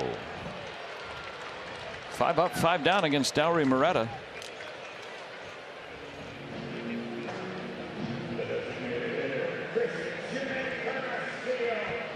Encarnacion Strand drove in 3 the first 2 times up in an opposite field home run.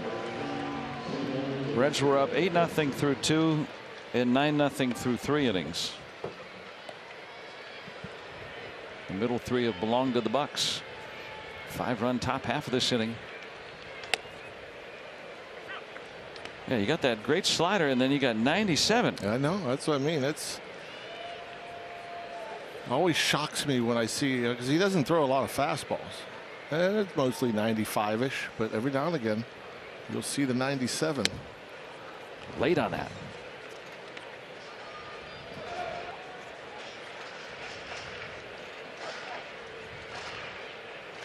I really like Dauri Moreta. I think he's a big part of Pirates' early success this season. For sure, it's great stuff. An invisible slider. Well, he hasn't seen it yet. This hitter. He went 3 fastballs, and Mark Wegner says, no, that was 99 from Moreta, by the way. I think that's the fastest he's thrown it this year. I don't think we've seen that much, but yeah, I think with Encarnacion Strand, I think, you know, a guy that they think maybe likes the breaking ball a little bit more. Chopped hard. Triolo from his knees. He's out. Boy, what a play. That's so nice. You give Key Brian Hayes a night off. You throw another Gold Glover over there. And not only the pick, throwing from a knee, and a nice job by our first baseman, Rivas. He just does such a good job over there picking the ball.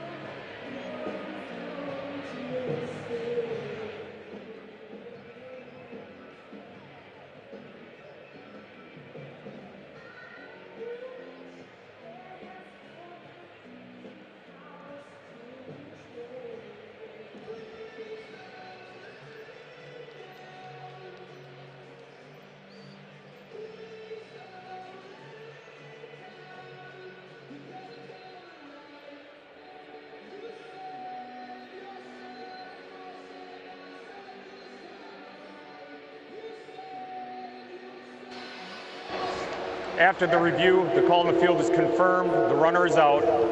Cincinnati will lose their challenge. So between innings right there, after Jared Triolo made that very good play, Alfonso Rivas secured the final out, but the Reds challenged. Yeah, when we saw the replay, didn't realize that the ball came up, kind of bounced off his chest, off of Rivas's chest and into his glove. But still a great play. My goodness, Triolo, it just makes it look so easy too. Just like Hayes. There's just like a ho-humness about it. But here you'll see the ball comes up off the chest into the mitt before the foot hits the bag. In this angle, I wasn't sure if the ball was all the way in the glove.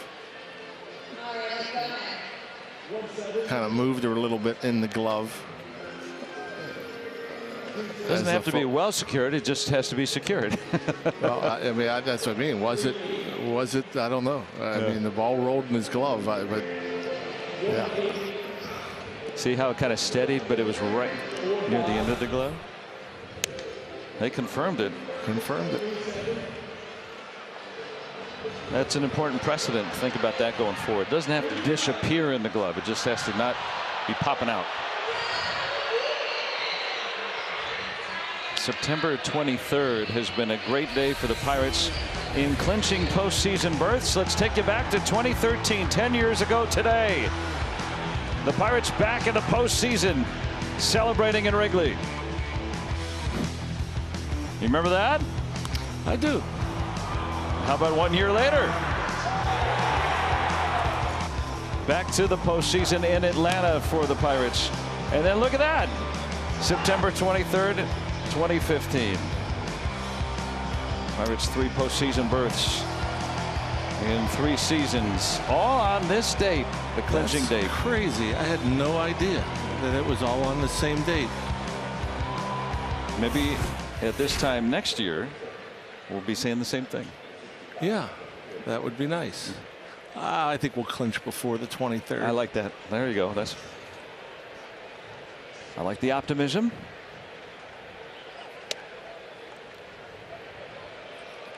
Well, now the Reds getting serious, bringing in Fernando Cruz. Yeah, I mean, look at the punch outs. He's going to get the 100 punch outs, 55 games, and even 4 ERA, a 192 average against. 33-year-old rookie.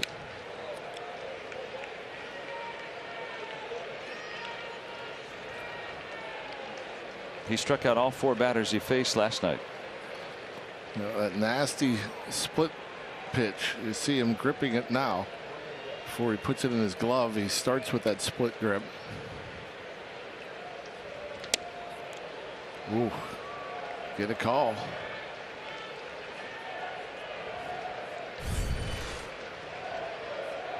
That's the split. Catches the inside corner at the knees. That thing just has so much downward movement. Oh, and that's foul.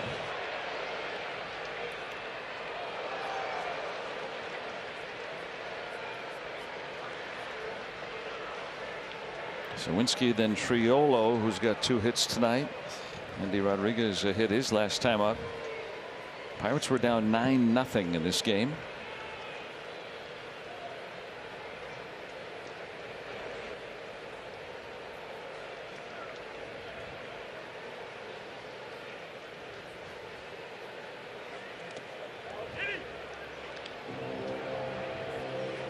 Well, we saw those 3 playoff berths all coming on September the 23rd. Could this be the largest come from behind win in Pirates history on this September 23rd? What's Suwinski going to see here? Is he going to see the fastball, or does Cruz throw the split? The split, and somehow just kind of an emergency check swing. It's a, you know, goes to show you he can throw it where he wants to. You know, he'll throw it to try to get a chase. On 3-2, he wasn't looking for chase. He was looking to finish him in the zone.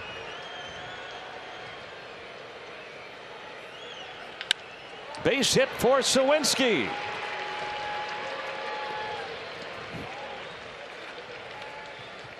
And the Pirates with a man on, down 3 in the 7th.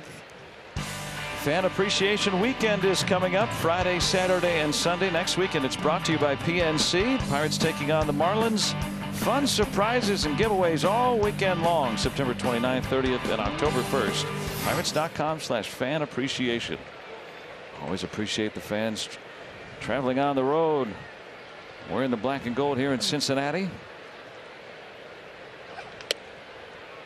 Pirates fans from Eastern Ohio, you don't have to lead across state lines to come and watch the Bucks. Jared Triolo, 2 more hits tonight, a .998 OPS since he's been called back up. Wow. Homered yesterday. Uh-oh, this one's out to left and off the wall. Suwinski's at third, and the Pirates are bringing the tying run up. They were down 9-0 in this game. It's amazing. He just continues to hit. I don't know if that was the split. He throws a cut fastball also, does Cruz. Nobody's touched his split last night. What's he get here? I think that's the cut fastball. I don't think that was the split. It was meant to be away. And man, almost gets another one. Just not high enough. A little too much topspin there. Bottom of the wall. Andy Rodriguez, a base hit his last time. He hit a long home run last night. He's the tying run. I didn't think I'd say that tonight. No. I mean, and it's just the 7th. We still have 9 outs to work with. Pirates were down 9-0 through 3 innings.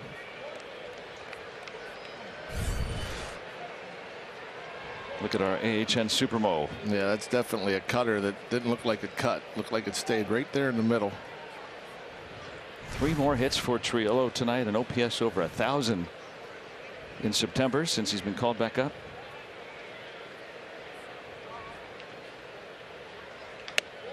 .3-0 on Andy Rodriguez. This Reds bullpen is leaking oil right now. And the Pirates are trying to take advantage. Next up, Lucas Sims. He pitched last night.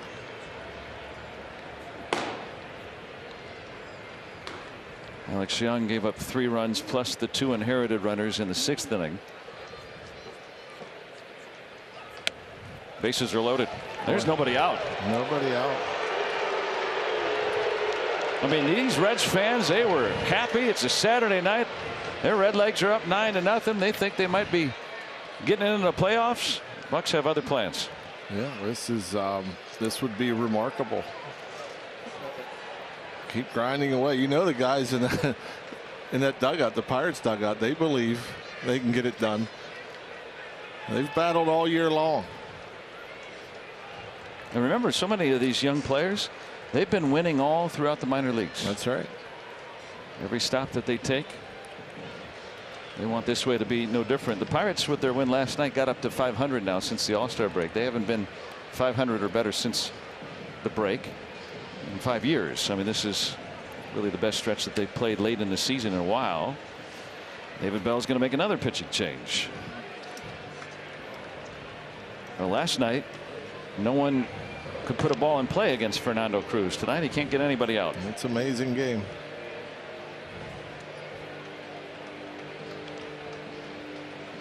So the Reds to a fourth pitcher tonight, with the Pirates having the tying runs on base and the go-ahead run coming up to the plate. They were down 9-0 in this game. They could take the lead here in the 7th. Bordas & Bordas, official legal partner of the Pittsburgh Pirates. And by your Western PA Chevy dealers. Let's go Bucks! 9-6 Reds now, with the Pirates having the bases loaded and nobody out. Lucas Sims, 64th appearance, 6-3 record, 3.34 ERA. Opponent's just a 160 batting average. Ball 1. And not a very hard thrower, 94-ish. A rare curveball, mostly the sweeper. Half his pitches is that right there, the sweeper. Sims has not allowed a hit in any of his last 6 games. Pitched last night.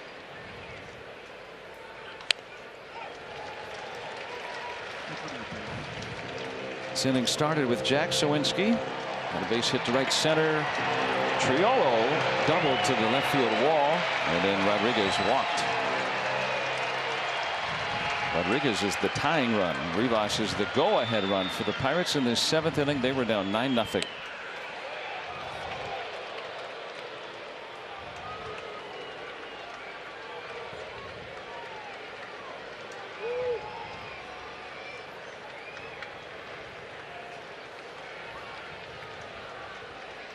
Three and 2 with nowhere to put him. Just 91 with his fastball. Again, talking about some tired arms. Yeah. A guy that averages over 94. Bay on deck. Got to come in with one. Rivas knows it. Back to the sweeper.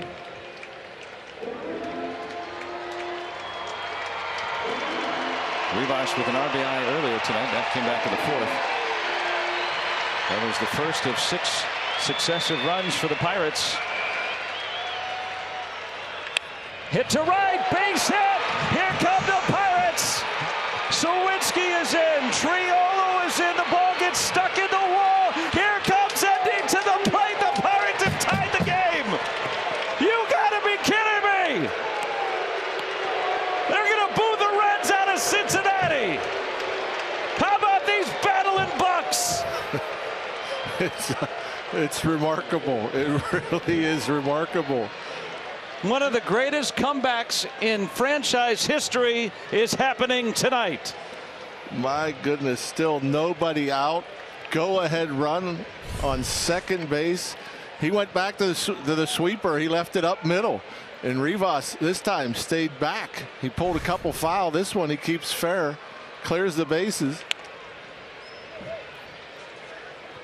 Get Endy, Ji-hwan Bae. See if he can at least get him over. Maybe get him in.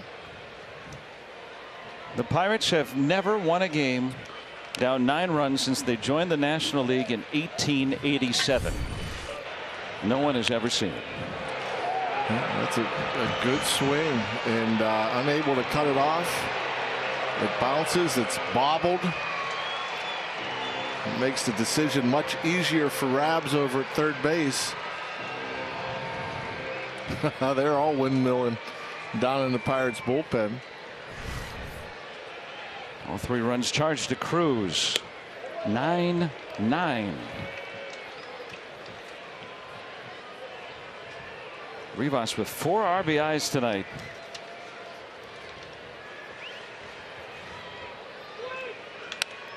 Bay out to center. Yep, that's deep enough. Yeah, Rivas tagging. And he's going to get the third with 1 out. That's a productive out for Ji-hwan Bae.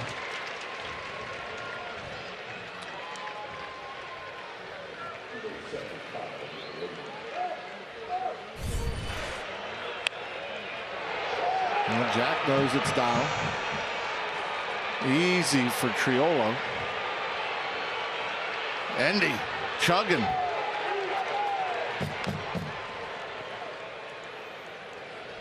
And with a man at third and one out, the infield comes up. Malika Williams. See if he can put bat on ball and get that one through. The Pirates were down 9-0 through the first 3 innings tonight. They have never won a game in their franchise history down 9 runs. They have a chance to take the lead here in the 7th.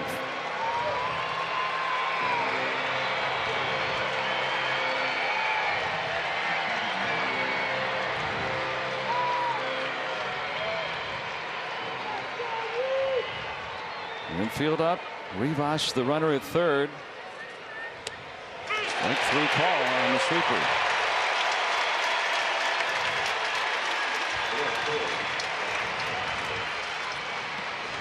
Now coming up, the best hitter in baseball in late and close situations. A sweeper.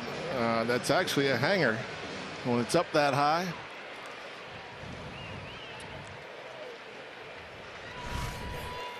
It is late and it is close.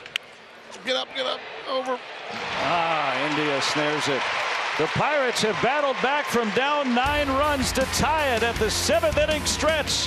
It's the Pirates and Reds. Massive comeback. Down 9-0 to tied 9-9. And speaking of young, exciting players, the Arizona Fall League rosters have been announced for the 2023 season, and the Buccos are sending 8 players there. They're going to play for the Salt River Rafters, and Brannigan and Bowen are the interesting guys to keep an eye on. Bowen was named a postseason All-Star for the South Atlantic League. He posted a 2020 season for High A Greensboro before being promoted to Altoona for the final week of the season. He was an 11th round pick of the Buccos back in 2019. Brannigan drafted last year out of Notre Dame in the 3rd round, began the season in Bradenton, ended it in Greensboro, hit over 300 in High A with an OPS over 900. So pretty good stuff, and a lot of these guys have Arizona Fall League experience that we're seeing on this big league field right now. Joe and Rock. Yeah, it could be good experience. Moretta back out for a 3rd inning. Triolo gets the first out. And a special footnote, Jake Pilarski, former Washington Wild thing from Fox Chapel, going to play for the Glendale Club, the Dodgers affiliate in the Arizona Fall League. So Moretta threw 2 1/3. Boy, has he really settled things down tonight. And the Bucks bats enabling them to come back in this game. Yep. Just 21 pitches to get 7 outs.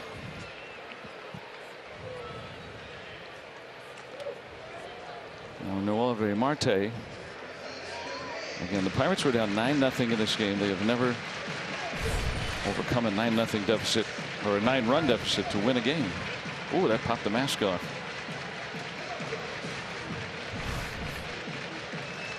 This is the longest career outing for Dauri Moretta in terms of innings.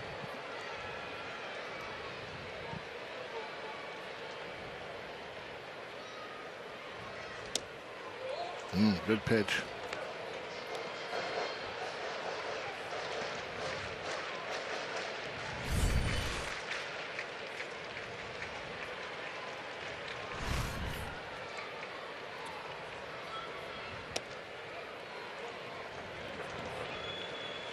And 1-1 to Marte. Ron Reynolds has hit a 3-run home run tonight. That capped a 5-run 6th inning and put the Pirates to within 3.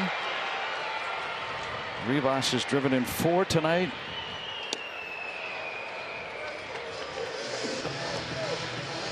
A bases clearing double to tie the game in the top half of this inning.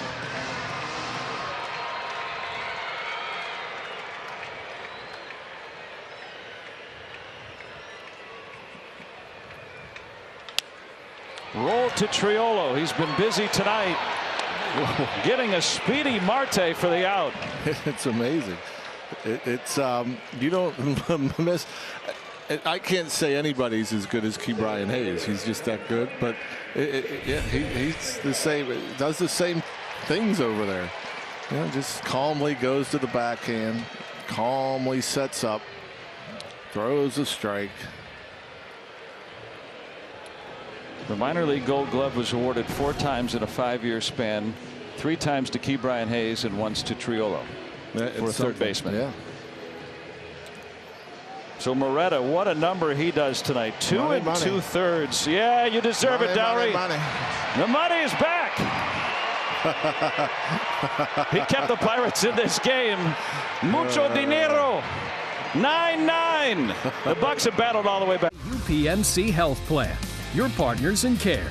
And by Sheely's, locally owned and operated for over 70 years. The best things in life happen at home. Let's go Bucks! Hard to be better than Dowry Moreta. 8 up, 8 down. And just 26 pitches really calmed things down. By the way, the Pirates scored 8 runs while he was pitching to make this a 9-9 game. That's pretty good run support. Now Jose Hernandez to TJ Friedl. Boy, when Friedl hit that inside the park home run to lead off the second inning, thinking, oh, this is going to be a long night, and the Reds went up 9-0. It's gone the other way.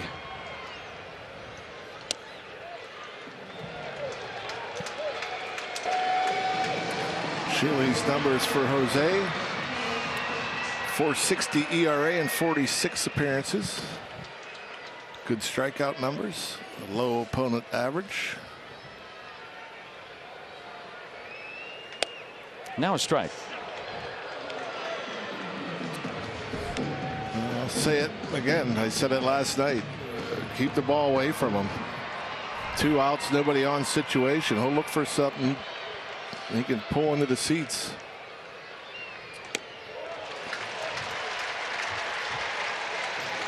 No, left on left and a walk.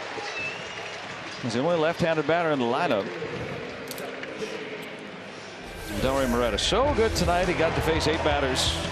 None of them got on. Yep, that good slider his. And did you say up to 99? One pitch Yes. at 99? That was money. Everything, just about every fastball over 95. Good to have Money Moreta back. Longest outing of his career.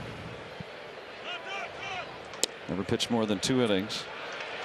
Violation on Hernandez. Pitch timer.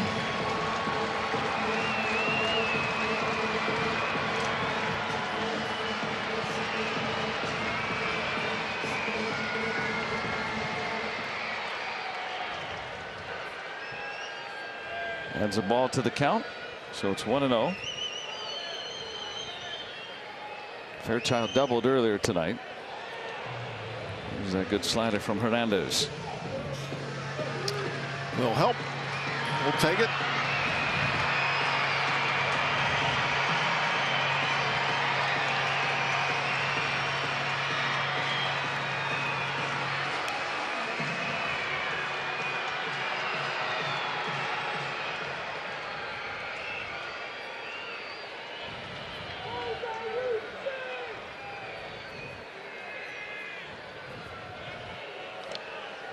Friedl with 25 stolen bases.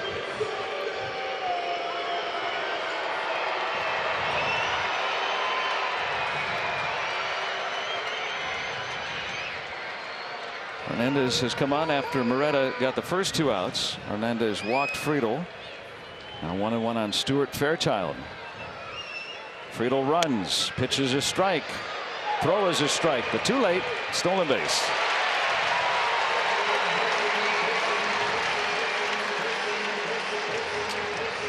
Yeah, I think the little short hop. If it doesn't short hop, maybe you get him.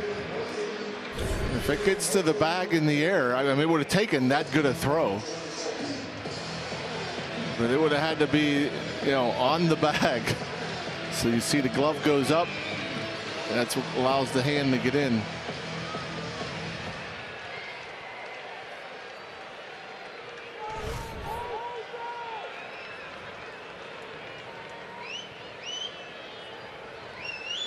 And he struck him out. Back to the slider, so Hernandez gets the out. Dowry Moreta got 8 outs. Hernandez gets the last of the 7th with this game all. Injury update: Harrison Bader came off waivers from the Yankees at the end of August and placed on the 10-day injured list. A right groin strain, hitting 161 with the Reds. former Pitt commitment. So now the 8th inning, and the Pirates going for their first lead of this game. It was 9-0. You see that box score heavily weighted toward the Reds early. They're going to bring in their closer here in the 8th inning of a tie game. Not surprised. He's really good. 37 saves, 251 ERA, 84 punch outs. Opponents hit just 170. He has an invisible fastball to go with a really good slider. Well, it's the playoffs for the Reds right now, and they've got to do this. That's how they got to treat this game. They got to climb over 2 teams to get into the playoffs now. Their lone all-star. Reynolds hit a 3-run home run his last time up. Oh, he got clipped by the pitch. Back foot slider. Go ahead run is on with nobody out in the 8th inning. By the way, Diaz in that last appearance Wednesday against the Twins, he gave up 3 runs, got 1 out. There you'll see the slider right off the back foot.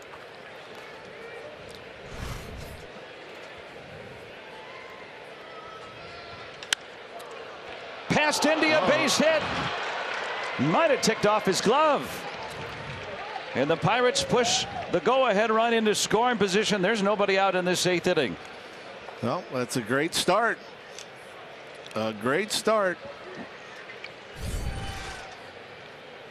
I'm going to check on India. Fastball middle in, stays inside it, just out of the reach of India.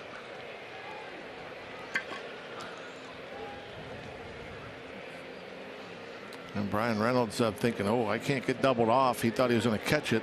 Crosses over. Oh, put on the brakes.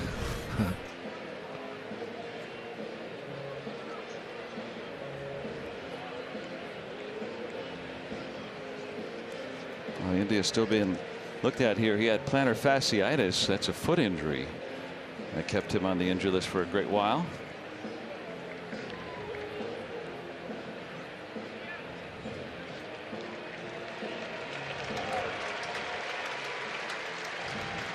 He's going to stay in the game.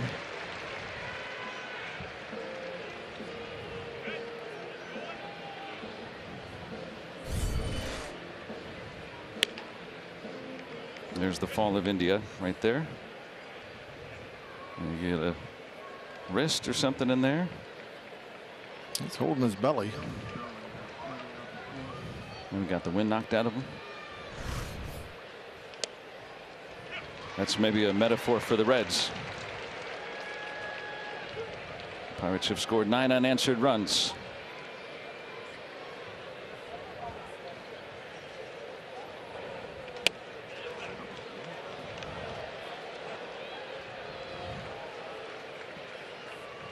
Swinsky with the base hit his last time. Pirates trying to take the lead for the first time tonight.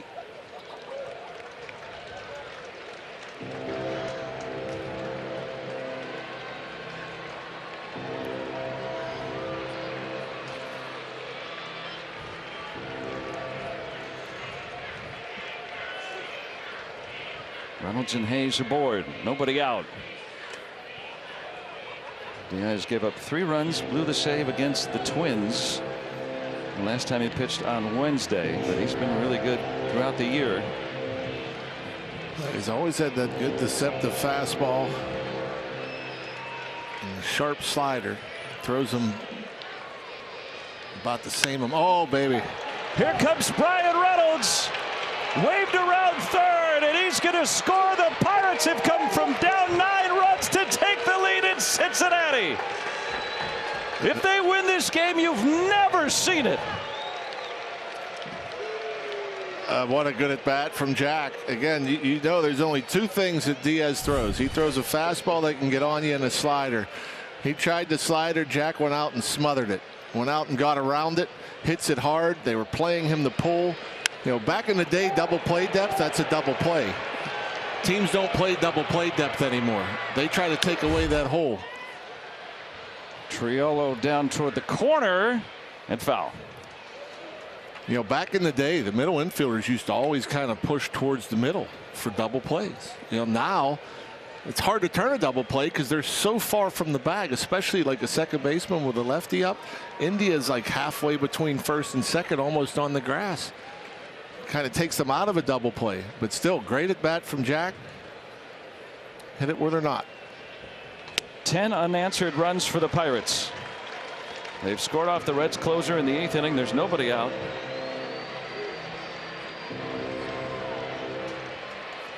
It would be the largest come from behind win in Pirates history. Base hit for Triolo. He's got 4 hits tonight. Hayes going to be waved home. He is going to be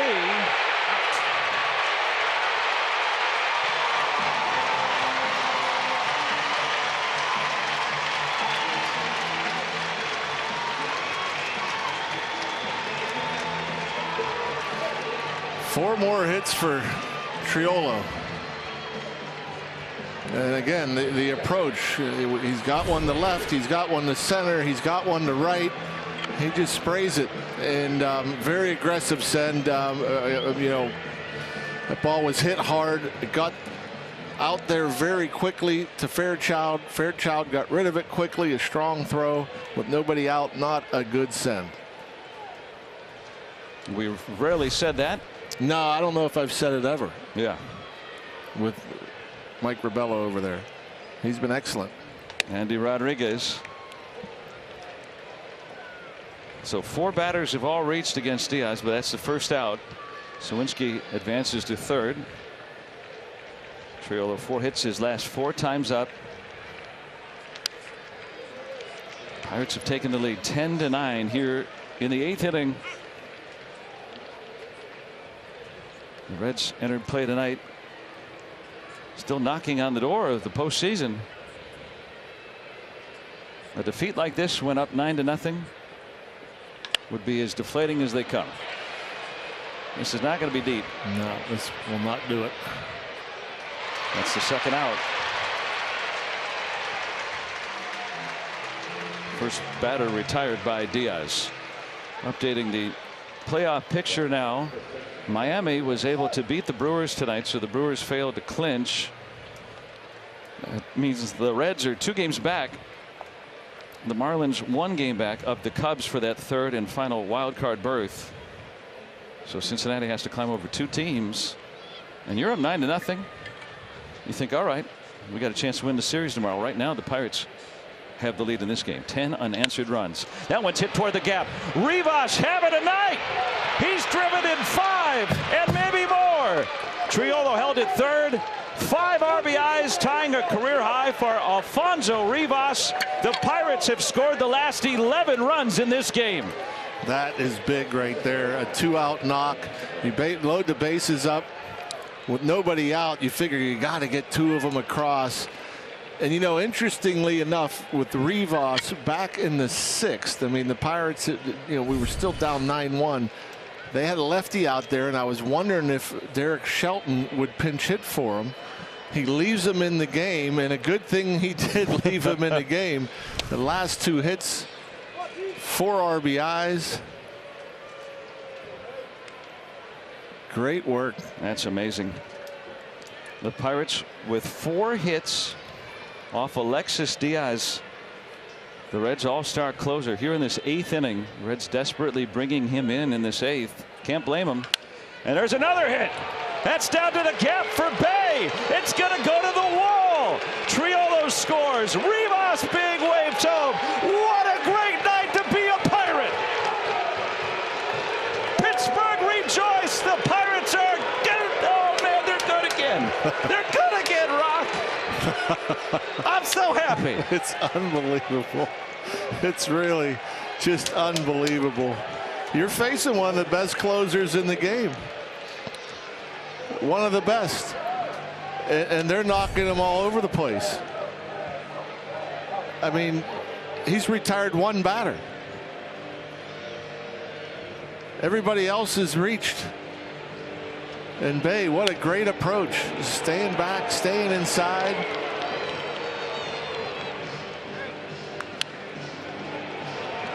I am failing to compose myself. This has been a great night. Unbelievable night, a historic night, a one-of-a-kind night. We've never seen it before. 13 unanswered runs for the Pirates. Those kids, they stuck with it tonight. Pirates were down 9-0. It's amazing. Look at the score on the UPMC Health Plan scoreboard. 13-9 Pirates. It was 9-0 Reds. The Pirates were no hit through 3. So in 4 2/3 innings, 16 hits, 20 base runners, 13 runs. And on the other side, they get 9 in the first 3. The Reds have been no hit since the 3rd. Incredible. It's incredible. It's never happened. Pirates, if they can hold on to win now, they've never overcome a 9-run deficit to win. They've been around. This is their 137th season in the National League. Derek Law, 54th appearance, 3.62 ERA. And the Pirates lead by 4 runs by virtue of this 4-run inning. I don't get that. That's the final out. 2 outs on the bases in the inning for the Pirates. Not a caught stealing in that case. See if the Pirates will want to take a look at it.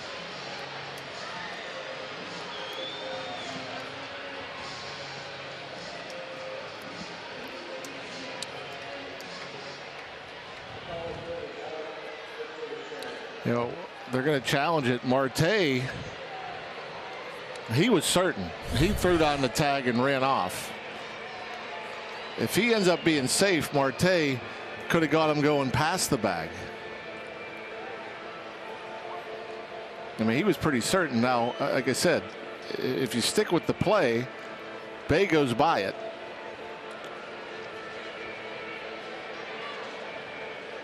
I don't know. I don't see a tag. But he starts jogging off. Well, we'll find out from New York if the Pirates catch a break there.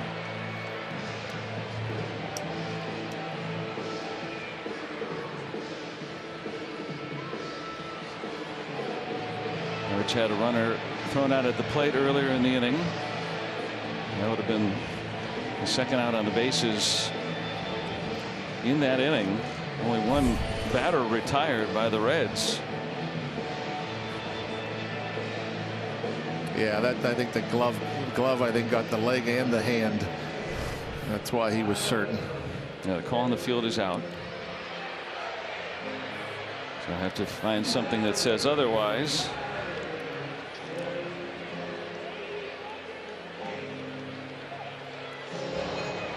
After the review, the call on the field is confirmed. The runner is out. Pittsburgh will lose their challenge.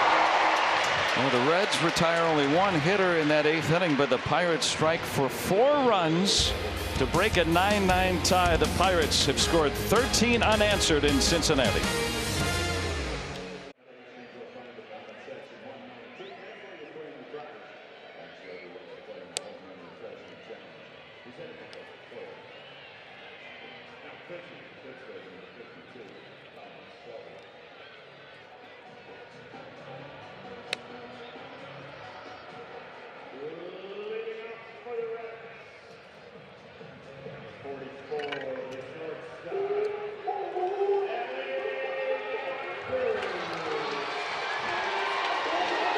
Well, if you can beat them, join them. And Rivas with 5 RBIs in 2 other games in his career. That was against the Pirates. Now 5-4 the Pirates, helping the Pirates to this big lead, 13-9.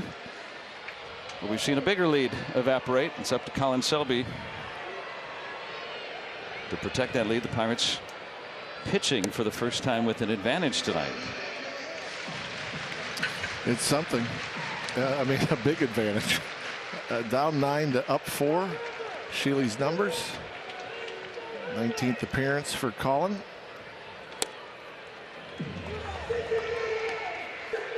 Right now the pitcher record for the Pirates is Jose Hernandez. He would be in line for his first major league win. And boy, would it be an improbable one.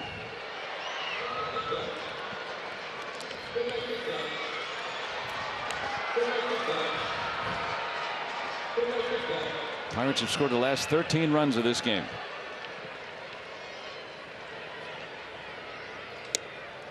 And I hadn't realized that, Rock, that the Reds don't have a hit since the 3rd inning. That's right. And hopefully they don't get a leadoff walk for a base runner. You got to come at them. Can't hand them out. Can't hand out free passes. And the walk. Pirates bullpen also has been used quite a bit lately. Remember, they've won 3 out of 4 on this road trip. They've had some close leads they've needed to protect. Colin Holderman hitting the injured list. Might be some unconventional choices here to try to protect this lead late because of that. So the rookie Selby on here in this 8th inning.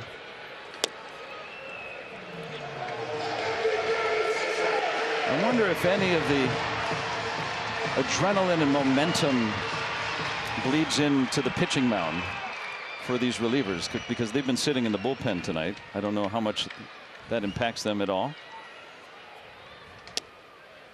Hard not to feel it being in this ballpark, what's taking place tonight. Yeah, I mean, you would think it's a little different coming in with a lead than coming in down 9-0. You know, as far as adrenaline's concerned. To the backstop. And it dead ends there. De La Cruz gets at least 1 base.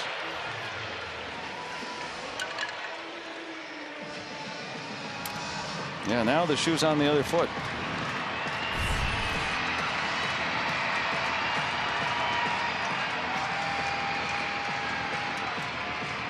Don't let him back in. You just can't be, when you got a nice lead, you just can't try to be too perfect. You know, you got to throw strikes.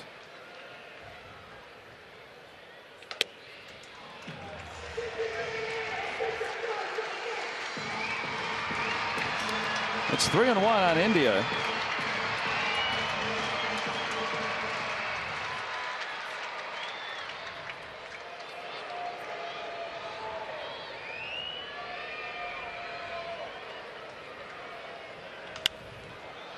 That should reach the seats.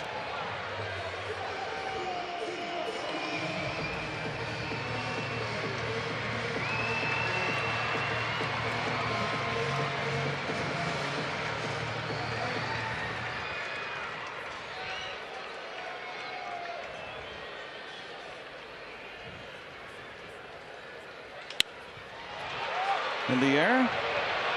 Tough play. Tying runs on deck with nobody out in the 8th inning.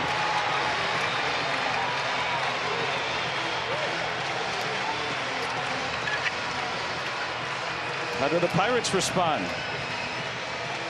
Yeah, just you'd rather have that than a walk, though. I mean, it's a jam shot. Bay turns and runs. And it's just in no man's land. He almost got there. Oh, he did get there. That close.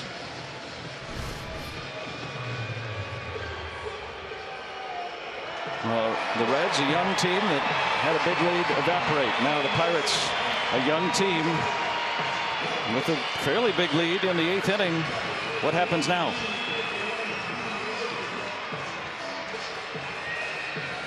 Can they secure their largest come from behind? Could it be a win?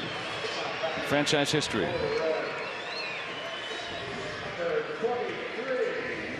Now Senzel. They're going to lift him for Nick Martini. First action in the series for Martini, the former Cub. A.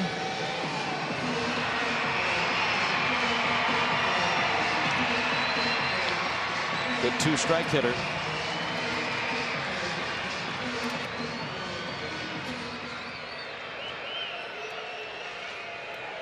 Played in Korea last year.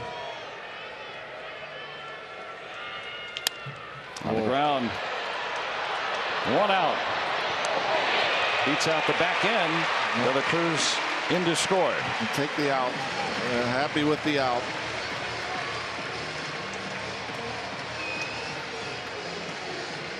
(13-10).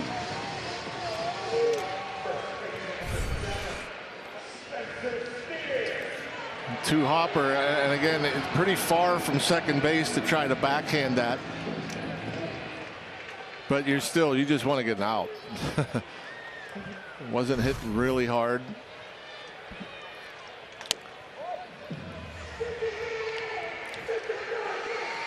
Now Steer, the top RBI man. Reds get their first run since the third inning. It was 9-0 Reds when Steer doubled in a run. And that was the Reds' last hit prior to India's knock right there.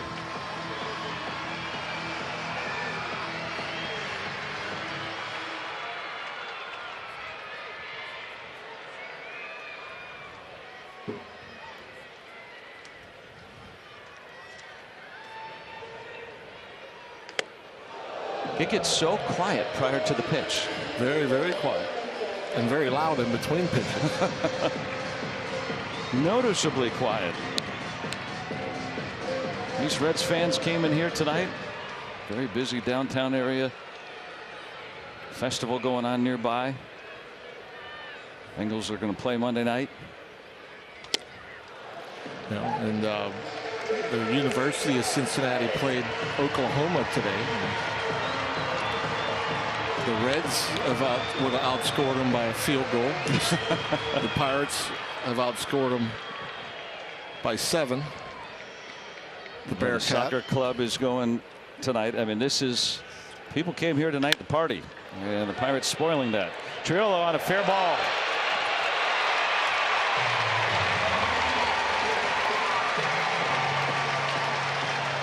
And now the pendulum turning toward the Reds. Yeah, they're just putting the ball in play. Weak contact. This goes right over the bag. And Triolo on the backhand, able to pick it, but just unable to get a handle. Transferring from glove to hand. I don't think he could have thrown him out. That would have been incredible. Steer runs well enough. Right after the Pirates take a 4-run lead, the Reds bring the tying run up. Encarnacion Strand is homered tonight.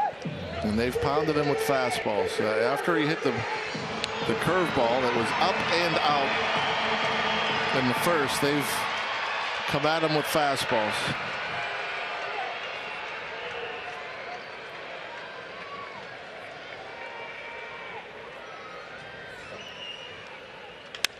Base hit. And they throw a breaking ball. Martini is in. And I feel like I need one. It's 13-11. I can't believe they threw him a breaking ball. He was noticeably late on all fastballs that he has seen. And you're throwing 98, you throw a breaking ball right down the middle. And he's on it like he knew it was coming.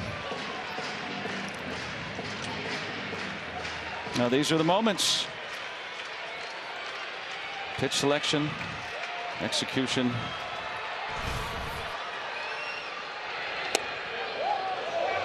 Get a call there. Maybe caught a tiny little sliver. The red yarn of the baseball. A little bottom of the knee. Tying runs are on for the Reds with still only 1 out. Stevenson is homered tonight, driven in 3 runs. Pirates took a 4-run lead in the top half, which capped a run of 13 consecutive runs against the Reds, but now Cincinnati is awakened. Whoa, good block. That thing bounced way out front. 55-footer.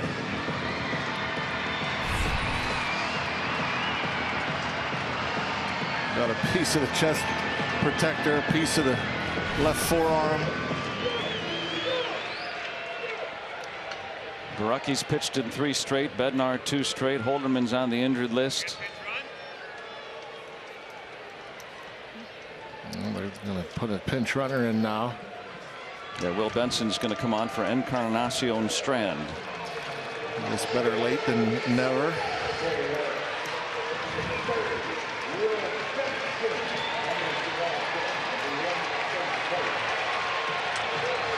He represents the tying run.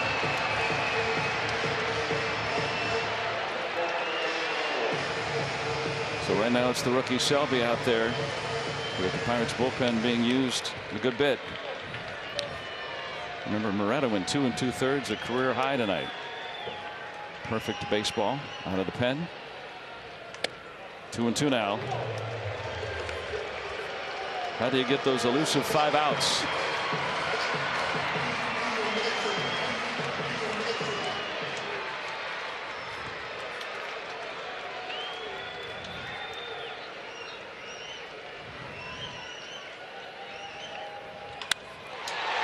Knocked down. 1 out, 2. Hey, Bay, nice play. That's a heck of a play right there. Wow. Wow.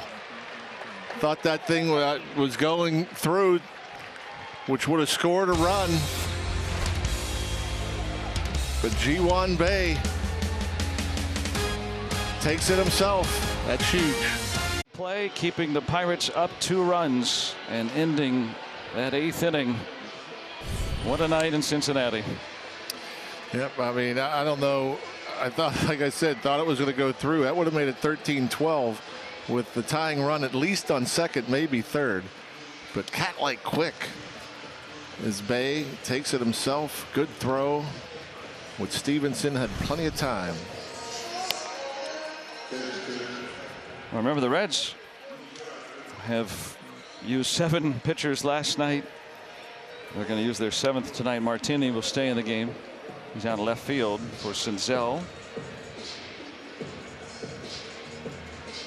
Ian Gibaut. 71 appearances, 8-4 record. ERA of 3.38. Gibaut features mid-90s fastball, occasional changeup.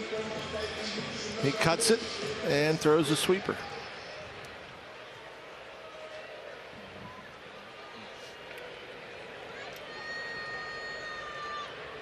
Alika Williams. Carmen Mlodzinski would be the choice for his first major league save. Why not? Remember, Bednar's gone 2 straight. Holderman on the injured list. Next man up. Setting up an exciting 9th inning. Pirates were down 9-0 in this game.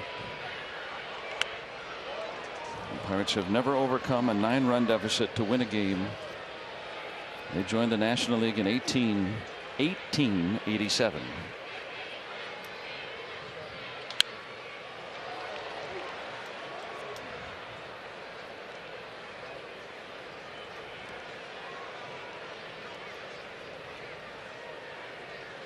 Palacios. His flair for the dramatic. He's out on deck. A pretty good sweeper there. Alika able to lay off. Is this the first year of the sweeper? The official designation of a sweeping slider called a sweeper? I guess so. In terms of StatCast parlance. 97 missing.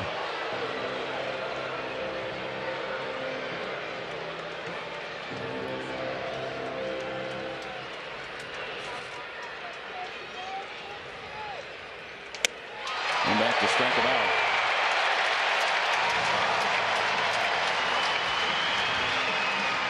These Reds fans still holding out hope. Boy, that ball almost hit him.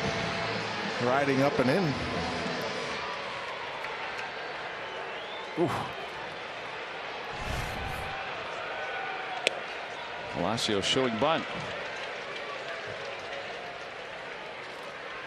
2 hits tonight. Has driven in a run.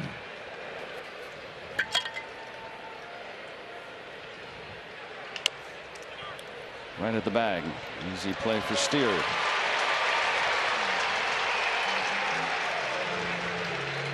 The Pirates have scored 12 runs the last 3 innings. That is pretty productive. Mlodzinski getting ready to come on for his first major league save. Noelvi Marte is the leadoff hitter. Friedel, Fairchild due up to follow. They got Votto, Fraley, and Maile on the bench.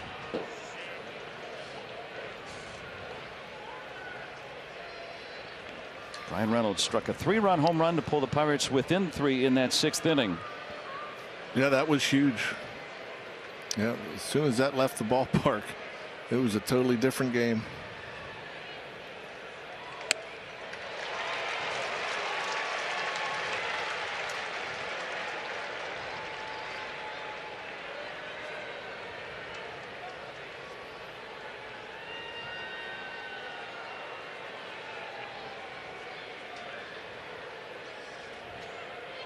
Votto may be seen in the bottom of the 9th.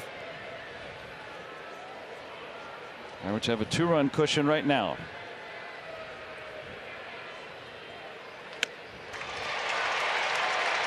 You're right. These fans, they cheer every strike. They're into it.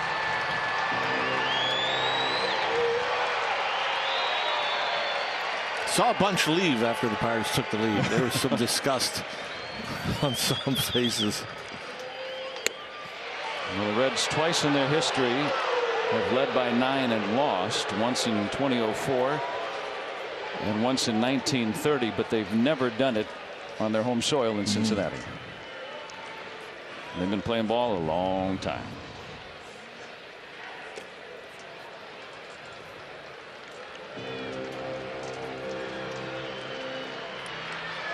Hayes would be next.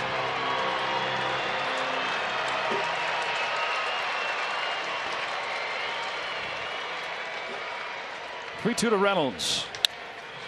Out to left. Martini just into the game. That's a nice swing. That's frustrating.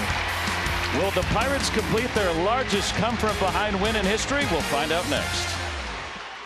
Presented by the authority of the Pittsburgh Pirates and may not be reproduced or retransmitted in any form.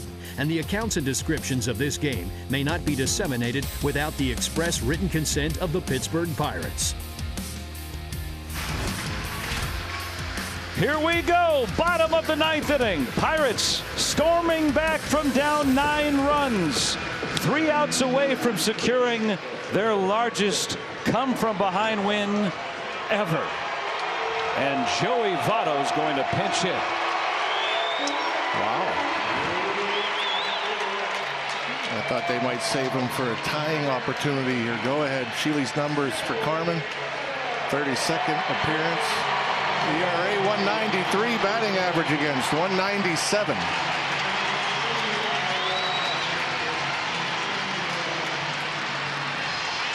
Well, he has moved up the ladder, joining the Pirates. Pitching in middle relief, then the 7th, once in a while the 8th. He'll get the 9th for the first time. And in his 17th season in Cincinnati, Joey Votto, maybe in his last weekend ever, hits a one-hopper past Bay, and the tying run is coming up in the 9th.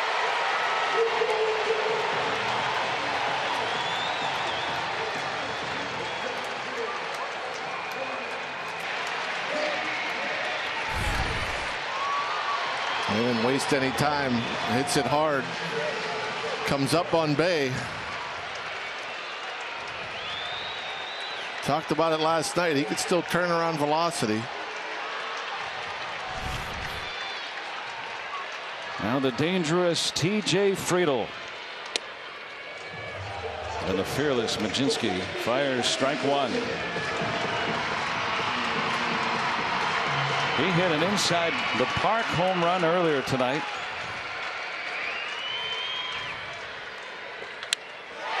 Lashes this one toward the corner. Votto lugging his way around third and will be held there.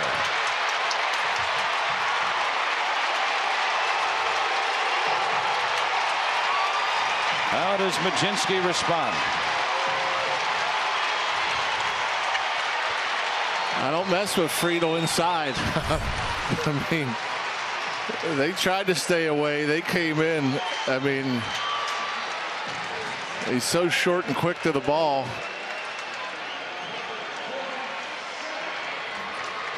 And Votto, is a meaningless run. He means nothing. So there's no way you're risking sending him home. At 40 years old. Well, we're going to learn a lot about the Pirates and a lot about Carmen Mlodzinski right here. The tying runs are on. The winning run is at the plate. There's nobody out in the ninth inning. How do you get those last 3 outs? Jake Fraley will pinch hit.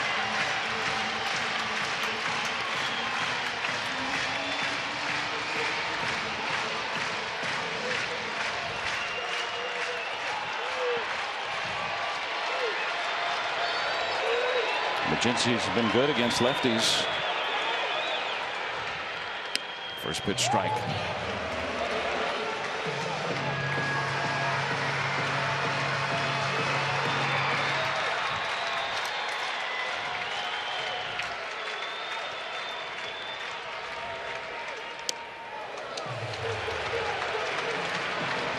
Friedl, the tying run, runs well at second.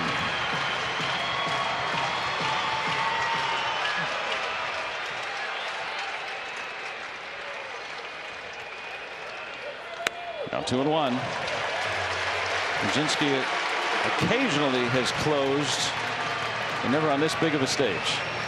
He doesn't seem phased by it. I mean, you get a couple really good hitters got him, but yeah, he's a great pitch there. Little backdoor breaker.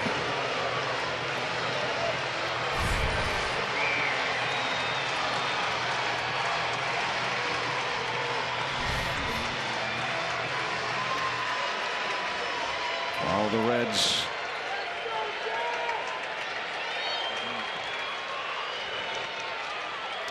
huge game for these Reds. little bouncer. Votto heads home. There's an out.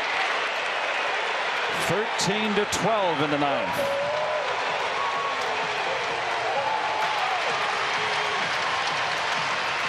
Well, he does his job. Fraley gets him over, gets him in. So now that tying run now 90 feet away. Obviously the Pirates playing back. Getting it out. Now you need a strikeout.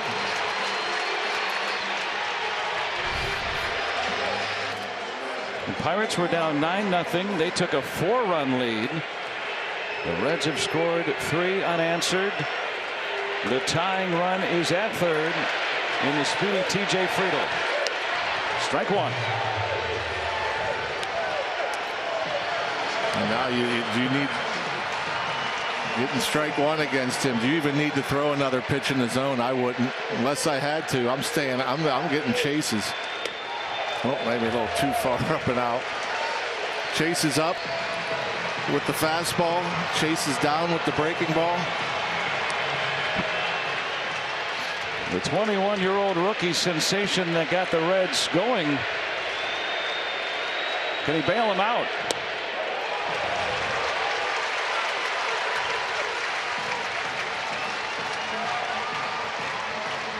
Rookie against rookie here.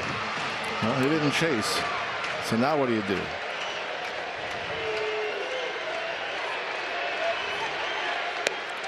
Gets a strike. Yeah, right at you. Right on that edge. They were trying to crowd him, I think. Endy looked like he was set up in.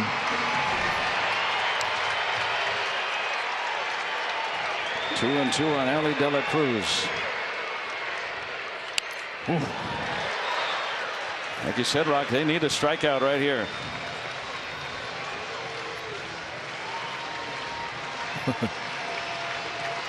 The infield in, even with the bags. Just don't give them anything to get it 116 miles an hour at somebody. Strike them out. Get them to chase. Ooh, tried it. Their changeup.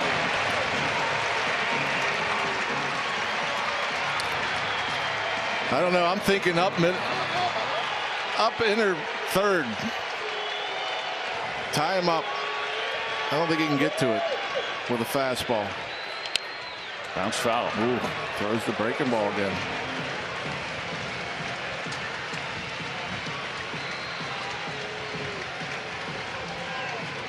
That guy gets a hold of one. The game's over.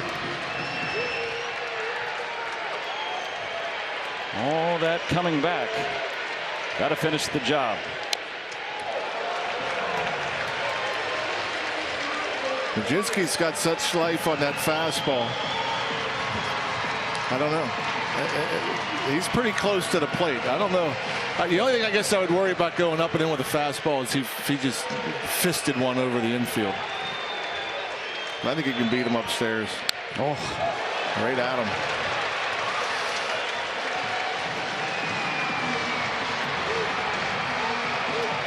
Maybe a matchup we'll be seeing for years to come. Yeah. This time of the year next year, stakes even higher.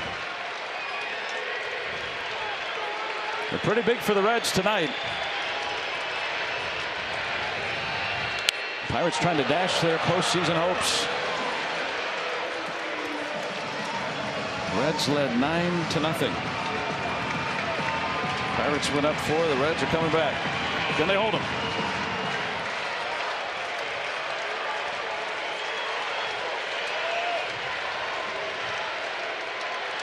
He struck him out.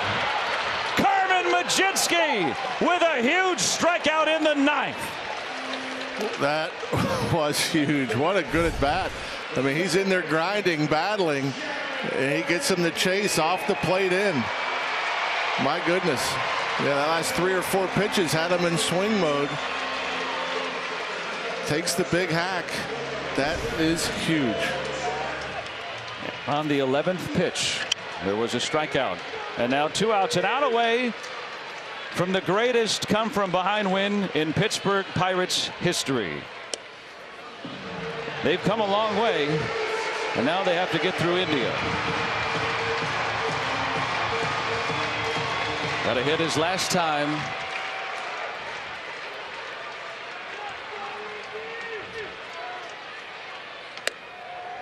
Tying run in Friedel at third. Nothing can get past Endy Rodriguez. Rookie pitcher, rookie catcher.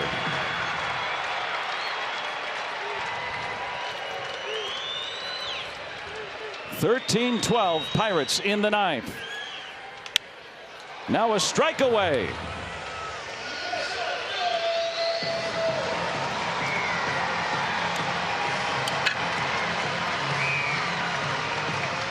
Moretta, what a great night.